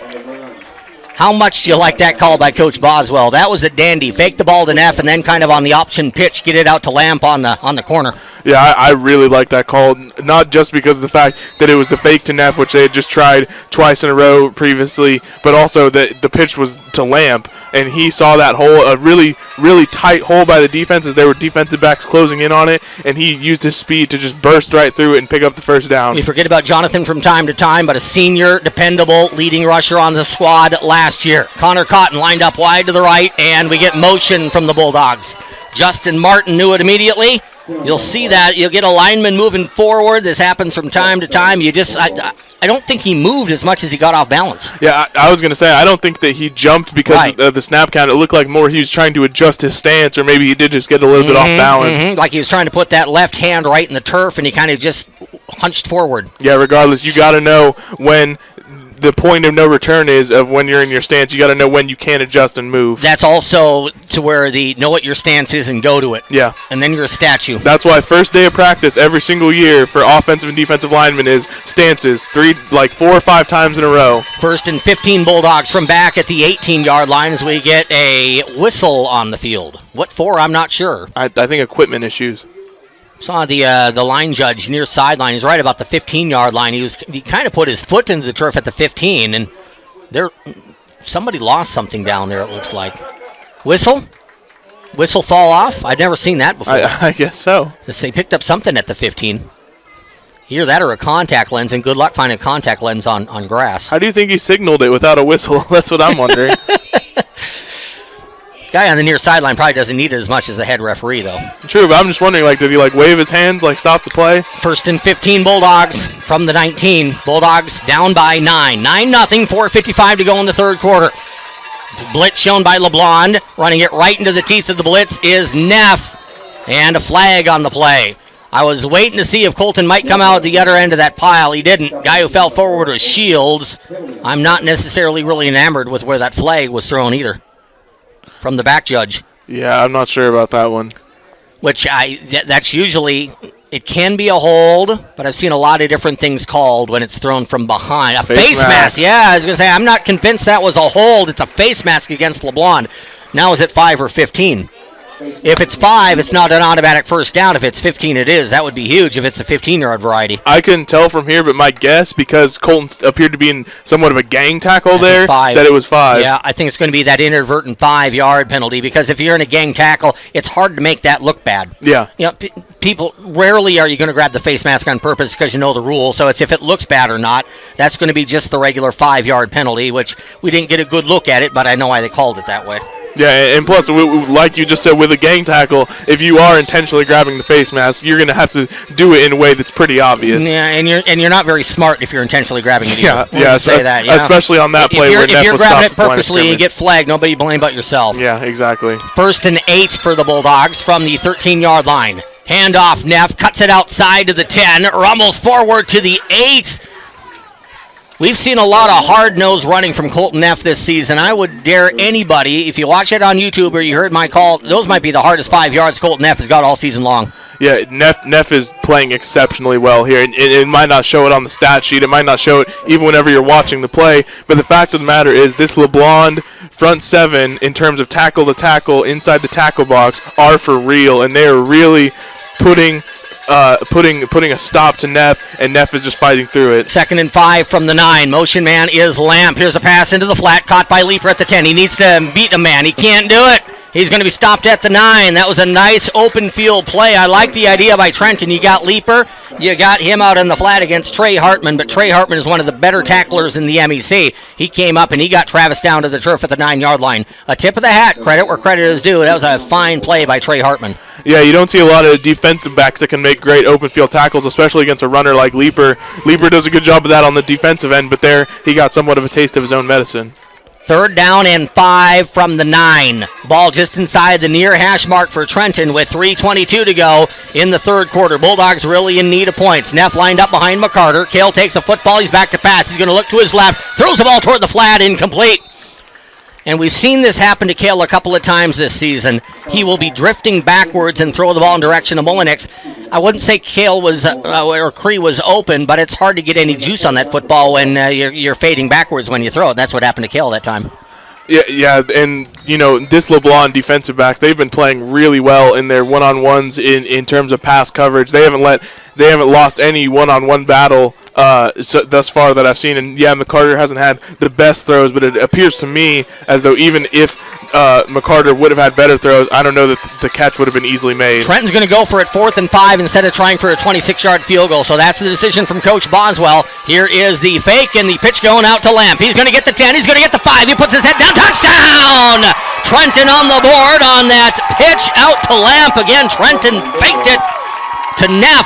LeBlond bid on it for the 2nd time in this series, and that time finding pay dirt is Jonathan Lamp. He scampers in from 9, and there are no words I can find to indicate to you fans out there that are rooting for the Bulldogs how big that 6 points on the board is for the number 5 seed from Trenton. Huge. What a huge play by Jonathan Lamp. And if there's any tone that I'm seeing so far from this 3rd quarter, it is that whenever Neff is struggling because this defense is playing well, Lamp is the guy they're going to go to. Leaper's had some struggles evading tacklers. Lamp is been golden. Extra point blocked and coming in from the side that time. You don't see that happen very often. Wade Metcalf came from the corner, dove and got to the ball and blocked it.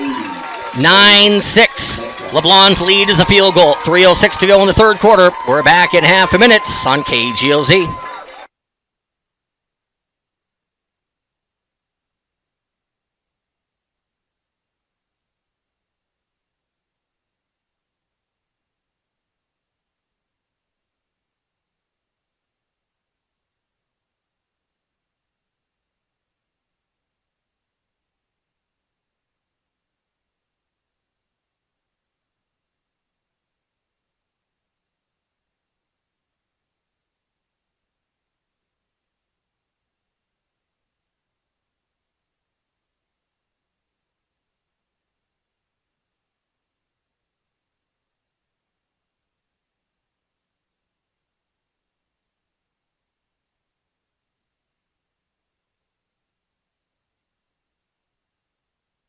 Welcome back to Bishop LeBlond High School. Trenton put 6 points on the board, and it is a defensive struggle in this one. LeBlond 9, Trenton 6. It has been every bit as competitive as he thought it was going to be coming over, Jake. Yeah, and it's really been a defensive battle, which is exactly what I thought Trenton was going to put forth. I didn't know that LeBlond's defense was this good. Ground ball kick hops deep into the backfield and grabbed at the 20. Coming the other way to the 25-yard line, breaking a tackle to the 35, 40, and out to the 45-yard line goes Joseph Gray. Special teams have not been friendly to the Bulldogs tonight, with the exception of the mixed extra point by LeBlond. LeBlond has had better kick returns. The punting game for Trenton it's been ugly. Trenton's made some plays to salvage it, which has been wonderful, but Trenton's been dancing with disaster with the punting game. The kickoff returns, we've seen regularly 30 to 35-yard returns for LeBlond, and LeBlond threatening to return one all the way. Yeah, I'm just seeing lack of focus from the special teams. They're going to their right spots, and they're doing the right things. They're just going through the motions, though, not really putting a lot of effort forth. Shanzy will hand the ball off. Coming right side and getting a seam to midfield to the 45 and down to the Bulldog 43-yard line for a gain of 12 is the running back. That is Dylan Garrett, number 26. On the run for LeBlond, 2:51 to go. Clock stopped in the 3rd quarter. Here's where Trenton has momentum. This is football, boys. You got momentum now. Your defense, it just continues on. You need to stop. Yeah, you can't just rely all upon momentum. You still need to go out there and play defensively to make sure that you can fight back and get the lead later. 1st and 10, LeBlond. Shanzy hands it off. Garrett bounces it right side, stays on his feet, and then knocked down at the 41-yard line. It'll be a gain of 2. Solid tackle on the edge. Not sure who that was. It might have been McCarter came up there and knocked Garrett down solidly at the 42-yard line. I thought it was Berkebile again. Could have been. Let's see. Cotton's kind of over there on that left side. Lamp's over there. McCarter's over there. Yeah, somebody came up and made a good tackle. Yeah, that's for sure. When you see a tackle and you see no forward momentum, guy stopped. That was that tackle right there. 2nd down and 8. Again, trips near side. Shanzy fakes, rolls out to the left, naked boot. Under pressure, gets around Mullenix. Throws the ball down the sideline. Incomplete. Looked like Joseph Gray, who was open. He had that thought process of, I got to catch the ball, and I got to do ballerina steps on the sideline. And I think he was thinking ballerina steps more so than catching the football. Yeah, great throw by the quarterback, but really I think that play speaks a lot to the great adjustments Trenton's defense has made at halftime. Really in the first half, what really blew them up was runs outside the tackle and pass plays. They've done a great job improving their pass protection, and they've done an excellent job sewing up the outside, making sure that runs outside the tackle don't get positive yardage. Shanzy's been able to move into the pocket. Escaping Mullenix. Kreese getting awfully close to a sack. Doesn't have one yet. Trips near side. Shanzy, naked boot, rolls out to the left side from midfield. Fakes, throws, caught at the 35-yard line. Skipping down to the 30, down to the 25-yard line, and knocked out of bounds on perhaps a flag against LeBlond. There was a hit at the 25-yard line, and that one was flagged, and I think that's going against LeBlond. As a flag through. I'm not sure if it was a dirty hit or a 15-yard penalty that way, but it's a block in the back. It's not a first down. That's a huge penalty against LeBlond because it's going to move it back, and it's not going to give the automatic first down. I don't think. It was quite a bit down the field, however. So we'll wait and see on this one. 10-yard penalty nonetheless. Yeah, the one thing I did know coming into this game is Shanzy could throw the ball for LeBlond, but maybe more dangerously, he always rolls out. Yeah, he's got a really great pocket presence for a high school quarterback, and that's really important against the great pass rushers that Trenton has. Well, we'll see what the call is here. The ball goes back to the 33, so they're going to say that the block in the back was at the 23. And it'll be 3rd down. Or maybe a measurement. I think they're going to measure. So this could be a first down after all is said and done. 1:39 to go in the 3rd quarter. 9-6. LeBlond with the lead. I don't know how much fun this is for the guys. I know they're having fun, but it's pretty stressful right now because for one of these teams, they are locked up in a duel right now, and whoever finishes on the wrong side of this duel is going to have to hang up their shoulder pads. Some for the last time. Yeah, I think the fact that, if you lose, this could be your last game as a Trenton Bulldog, and the fact that we are currently down, it's a lot more stress than it is fun right now. Well, we just saw doesn't happen very often. A flag at the end of the play, usually you think, okay, that's not going to be a first down. It was. So the flag actually occurred more than 10 yards, or maybe 10 and a half yards past the first down marker. So the ball goes back 10 yards from the infraction, but it's still a first down on measurement. 1st and 10 from the Bulldog 33. Handoff and a fumble. That ball's loose. Dove on by, I think, LeBlond. Boy, Trey Shields is hoping that ball got away from the running back, and it did not. That is a tough break for Trenton. Dylan Garrett put loose change on the turf, and I don't know how, but that ball bounced right back to number 26, right up in the air. Probably the luckiest bounce I've seen all season from either Trenton or Trenton's opponents is the ball bounced, and then it bounced right back into the running back's hand. It couldn't have bounced any perfectly. You couldn't bounce a basketball any more perfectly, and then he bounced that football on the turf. No gain on the play by Garrett. 2nd and 10, Shanzy in the gun, trips. Right side. Shanzy looks at that right side. He fakes. He heaves it down the far side of the field, and that ball is incomplete. Great coverage. I think that's Leaper. Yeah, that was Leaper. He was actually backing up. That's where we talk about this all the time. If you're a defensive back, you either make the play or you don't. And if you don't, everybody knows it. So there's some pressure on the play like that. Travis stepped up, and he made the play.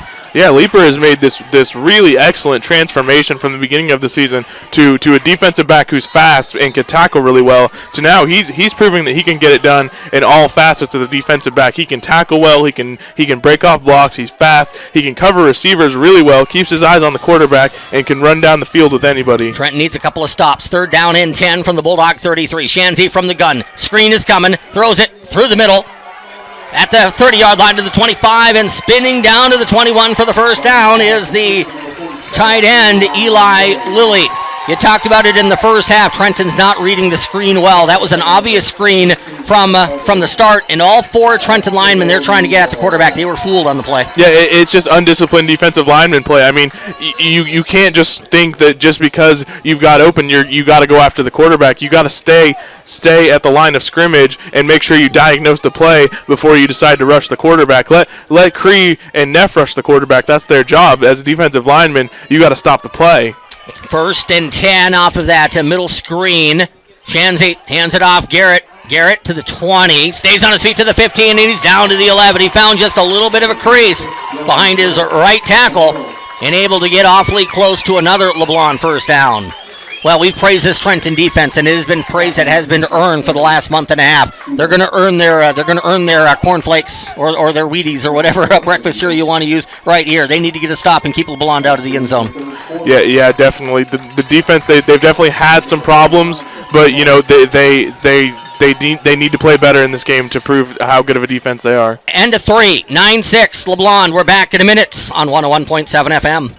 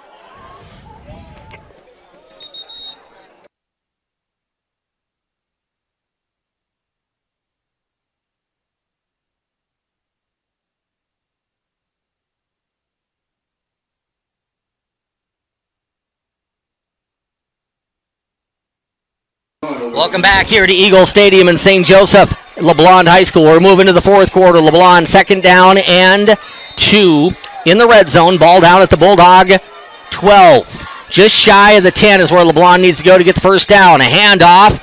Moves left side to the first down to the 5. Stays on his feet to the goal line and diving into the end zone for the LeBlond touchdown is Jacob Rakowski.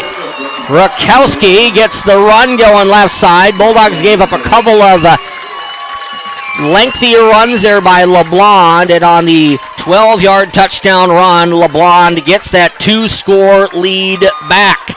So the Trenton defense can't keep LeBlond out of the end zone. Hope is not lost, but now the offense, they're going to have to show up. They're going to have to play big in the 4th quarter. Bulldogs down by 9. Yeah, this game's going to show you a lot on both sides of the football of what Trenton's character is and how they're going to finish out the year. So Rakowski with the touchdown run. Here is the extra point kick. Blocked down, keeping it a 9-point ball game. McCarter came in and blocked the extra point. 11:52 to go in the 4th quarter. It is LeBlond 15, Bulldog 6. Trenton gets the football in 30 seconds on Z101.7.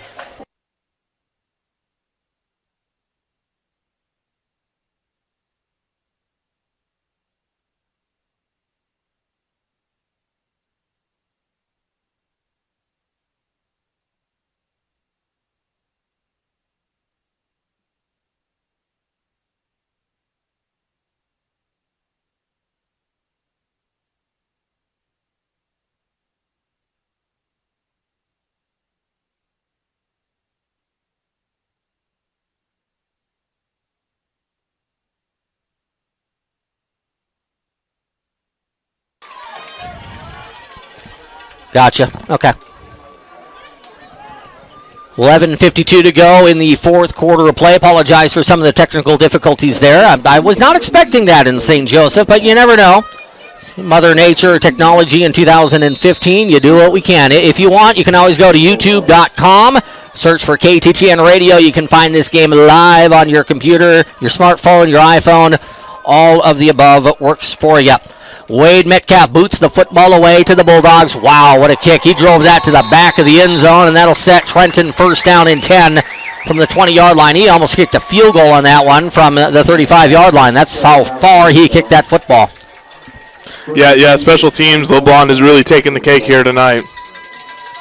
So LeBlond's had the advantage with special teams. Trenton did get points last time they had the football. And we'll see what the Bulldogs have lined up here. You know what I haven't seen in a while, and I don't know if he's been in there at the tight end position, but haven't seen Connor Cotton targeted too much. Maybe Connor would be open here for something in the fourth quarter. You know, I'm not sure. They normally either like to use Connor Cotton as an extra offensive lineman as a blocker, or as you see here, kind of like as a wide receiver blocker on the edge. Splitting out wide here is the aforementioned Connor Cotton at the 20, I beg your pardon. Wide left is Mullenix.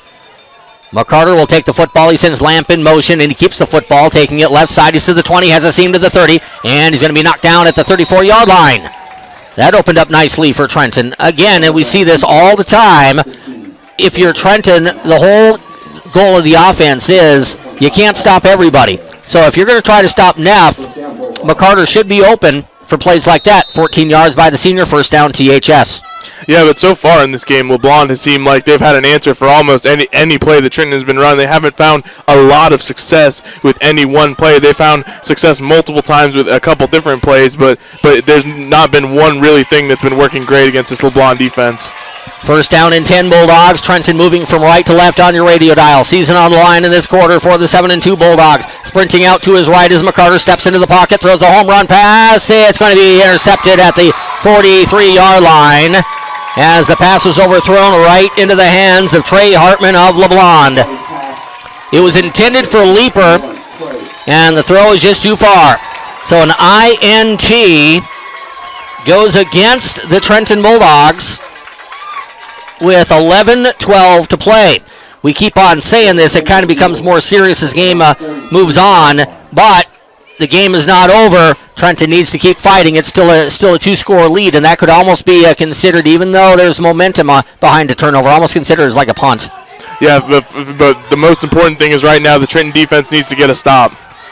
First and 10 for the Eagles. Shanzy hands it off through the middle and getting into Bulldog territory down to the 45-yard line for a burst of 11 as LeBlond's offensive line is starting to sow their oats a little bit. Is Rakowski, the guy who just got the touchdown last LeBlond carry, picks up 12 through the middle.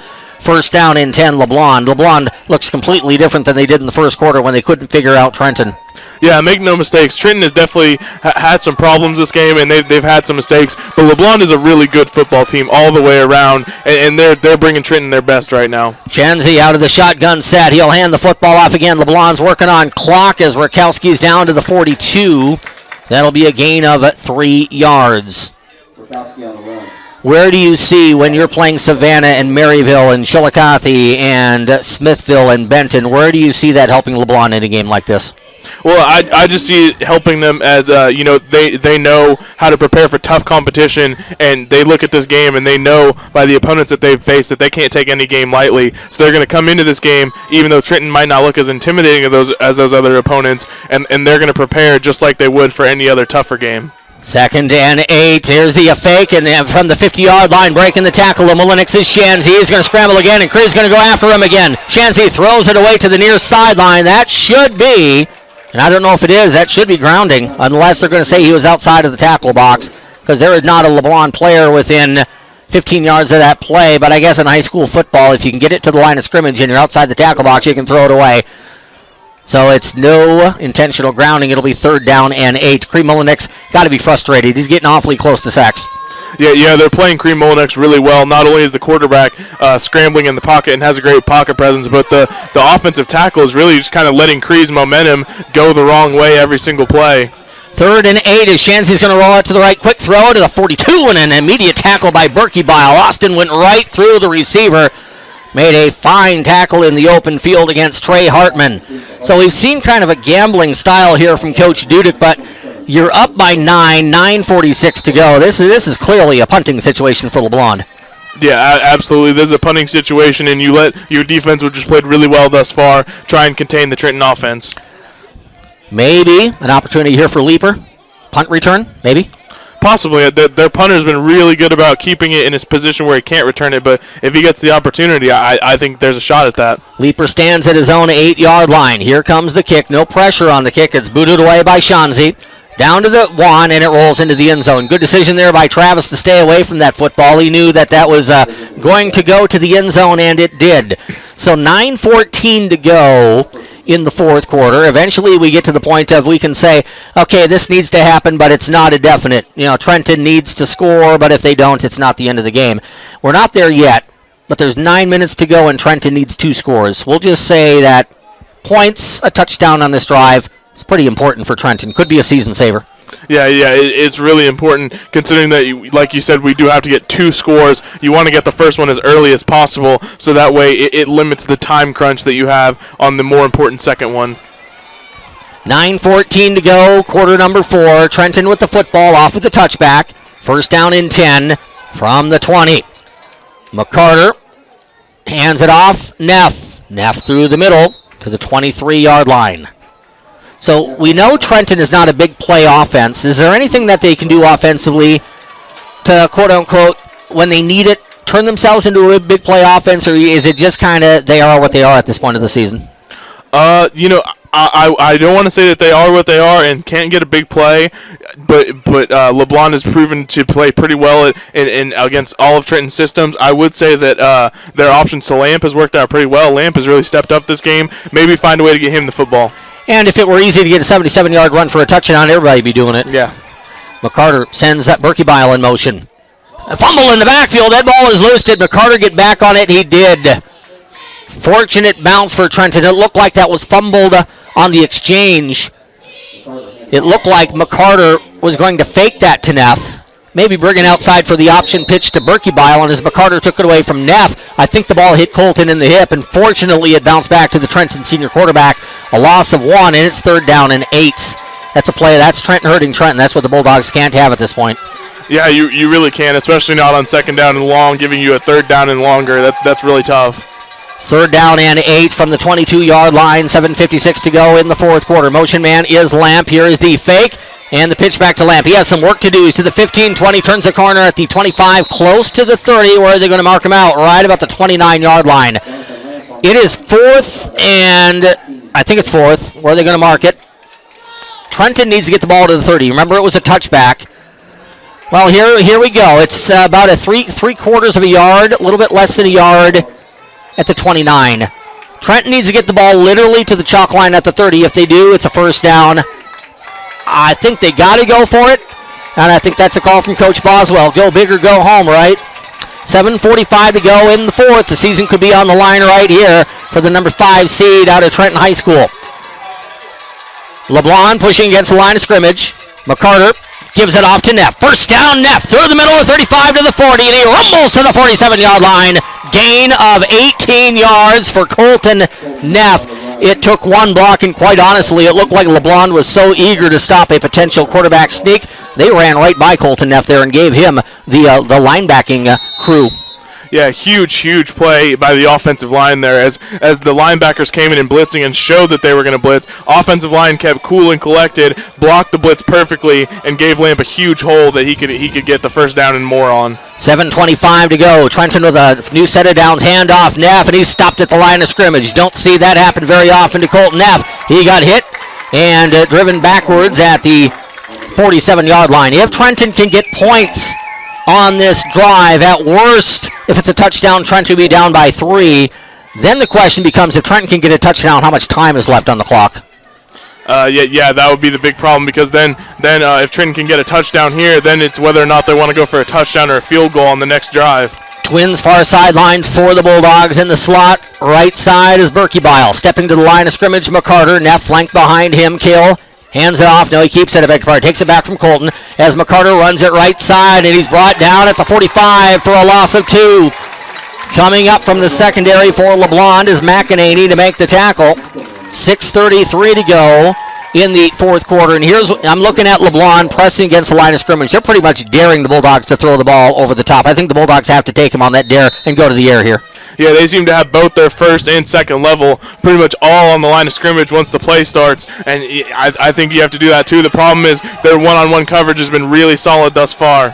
3rd and 12, back to pass. There's the throw into the flag. It's almost intercepted. A slant pattern to Mullenix. Not well thrown again by McCarter. I'm not going to say Mullenix was wide open, but he was open, and the ball was overthrown, and it should have been intercepted by Ethan Sturgis. Ball bounced right off of Sturgis' hands, and now the Bulldogs are facing 4th and 12, and almost they have to go for it. They don't want to, but I don't think they have a choice. Yeah, and I'll tell you what, after an interception on the last drive and now a really poorly thrown slant pass by McCarter, I really want to see him get in rhythm so he doesn't end his career if the Bulldogs were to lose this game like this. 4th and 12 from the 45. Trenton needs the LeBlond 43 to get the first down. Leaper's in motion. He'll get the pitch. He pulls up. He's going to throw the ball. Looking for Mullenix. That pass. Caught! Mullenix has it at the 30 to the 29. Not a great pass by Leaper, but it doesn't matter how it looks. It was actually underthrown, but that's one of the toughest plays to stop as a D-back because the receiver reads it, D-back doesn't. Mullenix comes back. It's actually quite an easy catch for Cree. Yeah, that's a jump ball. I've been wanting Trenton to run that play so many times this season, just the jump ball to Mullenix where he uses his athleticism and size to make the catch over the defensive backs. 1st and 10, Bulldogs from the 29. 5:52 to go in the fourth quarter. 15-6 the lead for LeBlond. Eagles up by 9. Bulldogs cannot tie it on this possession. The fake pitch goes to Leaper. Back to pass is McCarter. Throws the ball to the flat. Leaper had left the flat, and the pass is incomplete. That looked iffy as far as intentional grounding, but I think it was more Leaper cut inside. I think that McCarter was expecting him to go outside, and I think that was more miscommunication between the running back and the quarterback. But if it's not intentional grounding, I think Trenton caught a little bit of a mini break there. Yeah, it looked almost like it was some kind of screen pass, and with a screen pass, your quarterback doesn't have a lot of time to think about where he wants to throw the football because the defensive players are going to be on him pretty quick. 2nd and 10 for the Bulldogs. You don't want to completely give up on the running game here if you're Trenton, but time is a factor. Trenton needs 2 scores to save the season. 15-6 at LeBlond. Here is the fake to Neff, and the pitch goes out wide to Berkebile. Puts his head down, and boy, he ran into a slew of Eagles. That was a heck of a football play made by LeBlond. Austin Berkebile came in there with all the vim and vigor in the world, and he ran into Wade Metcalf, and he ran into Eli Lilly, and 2 beat 1 on that play. It was a great defensive play by the Purple. Yeah, that's a really tough play for Berkebile, and I feel for him because he really got into that tackle with a head of steam, and it just wasn't enough to break the tackle of 2 really great defensive players for LeBlond. Probably about 175 going against against 400 combined. The poundage works against you. 3rd and 11 Bulldogs from the 30. 5 minutes to go in the fourth quarter. As Franklin gives the ball to McCarter. Leaper goes in motion. McCarter sprints out right side, cuts back to the middle, stays on his feet a couple of yards, and he's still going, but I think his forward momentum is going to be whistled down at the 28-yard line. He was actually not down, and I'm not sure if LeBlond heard the whistle and they kind of gave up a little bit there, but there was no give up in Kale. If they would have let that go, he would have got to the 24-yard line. Yeah, and that's what Kale's running style is he just refuses to give up, refuses to take any kind of negative yardage, and fights all the way through the whistle to get as many yards and inches as he can. Trenton's been long drive after long drive tonight, haven't been able to turn it into points. That could be the situation here. 4th and 9 from the 28. Trenton needs the 19 for the first down. McCarter. Back to pass, 3-step drop, steps into the pocket, throws, caught by Mullenix. He's at the 6, to the 5. He drags a tackler to the goal line, and he's in. He would not go down. Cree Mullenix drags 2 Eagles into the end zone. It is a touchdown pass at 29 yards. Win or lose, that's right up there with Leaper as the play of the season for Trenton. What an effort by Cree Mullenix. Yeah, what an effort. I can't believe the play that I've just seen, honestly. Mullenix had 2 players on him after he caught the ball and dragged them literally 7 yards into the end zone. That's not an exaggeration. 7 yards with 2 guys on his back into the end zone. Sometimes it's about skill, sometimes it's about will, right? Yeah, and that was 100% will right there. Extra point by Neff would make it a 2-point game. A low snap, picked up by McCarter. He scrambles, and he's down. The snapping game has been bad for Trenton tonight. That's about 4 or 5 bad snaps on special teams. 15-12 LeBlond, 4 minutes to go. Kickoff comes up in 30 seconds on Z101.7.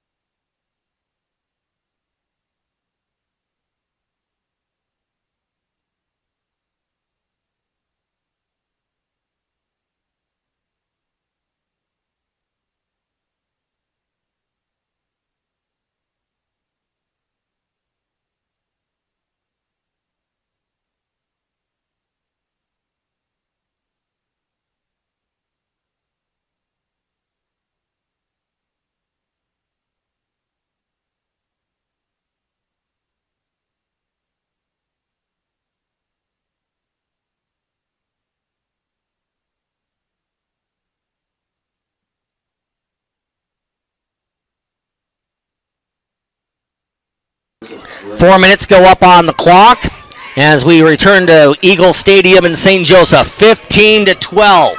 LeBlond 3-point lead over Trenton. Here's the kick by Mason Owen. No onside here. I thought there was maybe a possibility. Owen grounds it down to the 15. Trenton struggled on this area. And here's out to the 40-yard line. Joseph Gray. He's to midfield and he's tripped up on, again, season-saving tackle by Jonathan Lamp.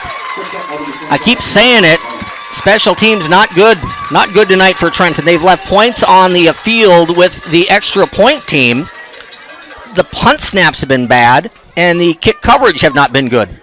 Yeah, but I'll tell you what, there's a positive from that play. We've mentioned it a couple times here tonight. This senior class, I'm seeing something really special out of them tonight, as every single one of them is just playing their absolute hearts out as they don't want to be done playing football here tonight. That's a great effort by Lamp. Bulldogs did give up 40 on that kick return, but a great job by Lamp. Here's the handoff through the middle and ripped down by Shields was Dylan Garrett. The proverbial shot out of a cannon. What a hit by Trey Shields. Yeah, I'll tell you what, you've been naming a couple plays over the season that you think were the best tackle of the season. I think that's got to be it right there. That was nasty. Huge hit, that was nasty. That was a linebacker coming in on a blitz. Nobody picked him up, and he met the running back in the hole. My first thought was that there's no way that running back's holding on to that football. It was a great job of not fumbling. Yeah, it really wasn't a huge hit by Shields. 3:15 to go. Bulldogs down by a field goal. The handoff comes left side out to the 46-yard line. Dragged down there for the stop along the far hash is Rakowski. Bulldogs are fired up right now. This defense knows, okay, we've been a big story of this team for the last 9 weeks. Week 10, we got to give our offense a chance. This defense is really fired up right now. Yeah, they're really stepping up on every single level. As back right there, the safeties came and made a play behind the line of scrimmage. You don't see that a lot. Safeties making plays behind the line of scrimmage as they've really taken away the running game of this LeBlond team late. So if you're Trenton right here, it is 3rd and 12. It might be even closer to 3rd and 13. Let me kind of line this up here. The ball is far hash mark at the Trenton 49. LeBlond needs to get it inside the 36, so that's easily 13 yards. Yeah. So my point being that if you're Trenton right now, you want to stop. You don't want LeBlond to get, say, 8-9 yards, because I could see LeBlond going for it. If it's 4th down and under 5, I could see Coach saying, okay, as I said earlier, go big or go home. I could see LeBlond going for it. Certainly, if you're Trenton, there's an opportunity there, but I think Trenton wants to get the punt. Yeah, I think so, but, I don't know that LeBlond is going to gamble here and try and throw the ball. I think 3rd and long, they're still going to run the ball, but they have to be prepared for either because it is 3rd and long. Something to be said, too, if you're LeBlond, even if it's 4th and 1, something like that. Do you think about making Trenton go 90 yards to win it? That'd be hard to do. 3:05 to go. Lots happening here at Eagle Stadium on KGOZ. Gallatin, Chillicothe. Here's Shanzy. He throws the ball into the flat, making the catches. Davis, he throws a home run pass down the sideline. Incomplete. Nice job by Leaper. Did not bite on that. He kind of got caught flat-footed for just a half second. I thought Bedreau might blow by him. Bedreau did, but the throw missed by about 5 yards. And Leaper, as I said, most important thing Travis did there, he didn't bite on that pass into the flat. Yes, absolutely, because my heart had stopped for a moment whenever I saw the fake, because I assumed and foolish of me to assume that I was going to see a LeBlond receiver running wide open down the field. No, Leaper had it picked out from the beginning, and even if that pass would have been on target, he would have stopped it. Waiting at the 15-yard line for the punt. Booted away by Shanzi. Drills it to the 10. It rolls to the 5. Unbelievable. It's out of bounds at the 2. Back in 1986, a guy named John Elway, about 5 minutes left to go in the AFC Championship game before your time, but you probably have heard this story. Yes, the drive. Yep, the drive. Denver, Cleveland. Similar situation, but it was about 5 degrees with the wind blowing off Lake Erie at the time and snow flurries. It's 69 currently in St. Joseph, so weather's a lot better. Long way of saying that Trenton needs to have the drive. Trenton needs to go 98 yards in 2:48 to win this baby. I think they can do it. The way they've been playing and the way momentum is on their side, the way these seniors are believing in themselves, I think it can absolutely happen. Under center is McCarter. Hand off Neff. Neff gets to the 4. I might have been generous on the 4. That looked like a big dog pile. No pun intended at, where are they going to mark him? 4-yard line. That wasn't premature on that call. A gain of 2. It'll be second down and long 8. 2:30 to go in the fourth quarter. I know Trenton took a timeout. 2 timeouts. Took 1 on offense, now 1 on defense. So I think Trenton's down to 1 timeout. So the Bulldogs need to get first downs. They need to get out of bounds. McCarter under center. Bulldogs down by a field goal. He's going to roll out to the right in his own end zone. Throws the pass toward Leaper. Catches it at the 30. Down at the 36. If that ball is thrown out in front of Leaper, we're looking at Holden Part 2. Wow, what a play. Yeah, first time all season that Jacob has been speechless. He has gone from color analyst to fan. You saw Leaper open there and you had a flashback to Holden, didn't you? Yeah, I really did. This is an excellent game. Games like this, it takes my breath away. 2:05 to go in the fourth quarter. Leaper was dragged down there at the 36. I think if he was hurt, I'm not sure what it is. He was a little bit slow in getting up. He goes to the sideline. He's kind of going to watch number 11 here and see what he's favoring. I don't know. Maybe a shot in the gut. Maybe a shot in the knee. I'm not sure, but he is up just kind of testing out that leg, it looks like, on the far sideline. So no Leaper on this play. 1:55 to go in the fourth. First and 10, Dogs down by 3. Season on the line right here. Here's McCarter going to throw the ball in the direction of Molinix. Cree goes up, and he can't bring it in. Right along the far sideline, a 1-on-1 shot there. Molinix and Hartman. Bad news, didn't get the connection. Good news, clock stops. Yes, absolutely. Clock does stop, and I think Trenton needed a clock stoppage to kind of regather their thoughts, call a good play, and pick up the next first down. We know that Trenton has a lot of plays that we haven't seen a lot this season. There's the bubble screen. There's the pass to Leaper that went big. Trenton has plays that, if it's called against the right defense, they got plays that can go 60. Yeah, they really do. We just haven't needed to see them so far in the season because their offensive has been more efficient. Second down and 10, Bulldogs from the 36-yard line. Here's the handoff to Neff, who gets very, very little, but he drags a tackler for 5. So he gets little. He literally has the St. Joseph student body jump on him at the line of scrimmage, and he drags him for 6 yards.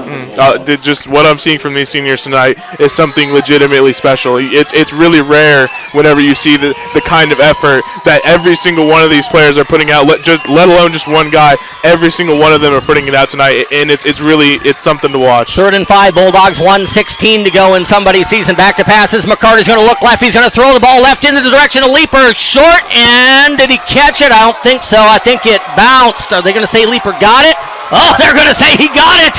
They say he got underneath that football. That was in front of the LeBlond bench, and there's some Golden Eagles that are not happy. It looked like it bounced, but I tell you what, Leaper might have got his hands under that football to where it looked like a bounce. Yeah, we didn't have a good angle on it because his back was to us, but honestly, I think he made that catch. I didn't see the bounce. If he made that catch, and we don't know 100% sure if he did, what an effort. Yes, absolutely. 1 minute to go in the fourth quarter.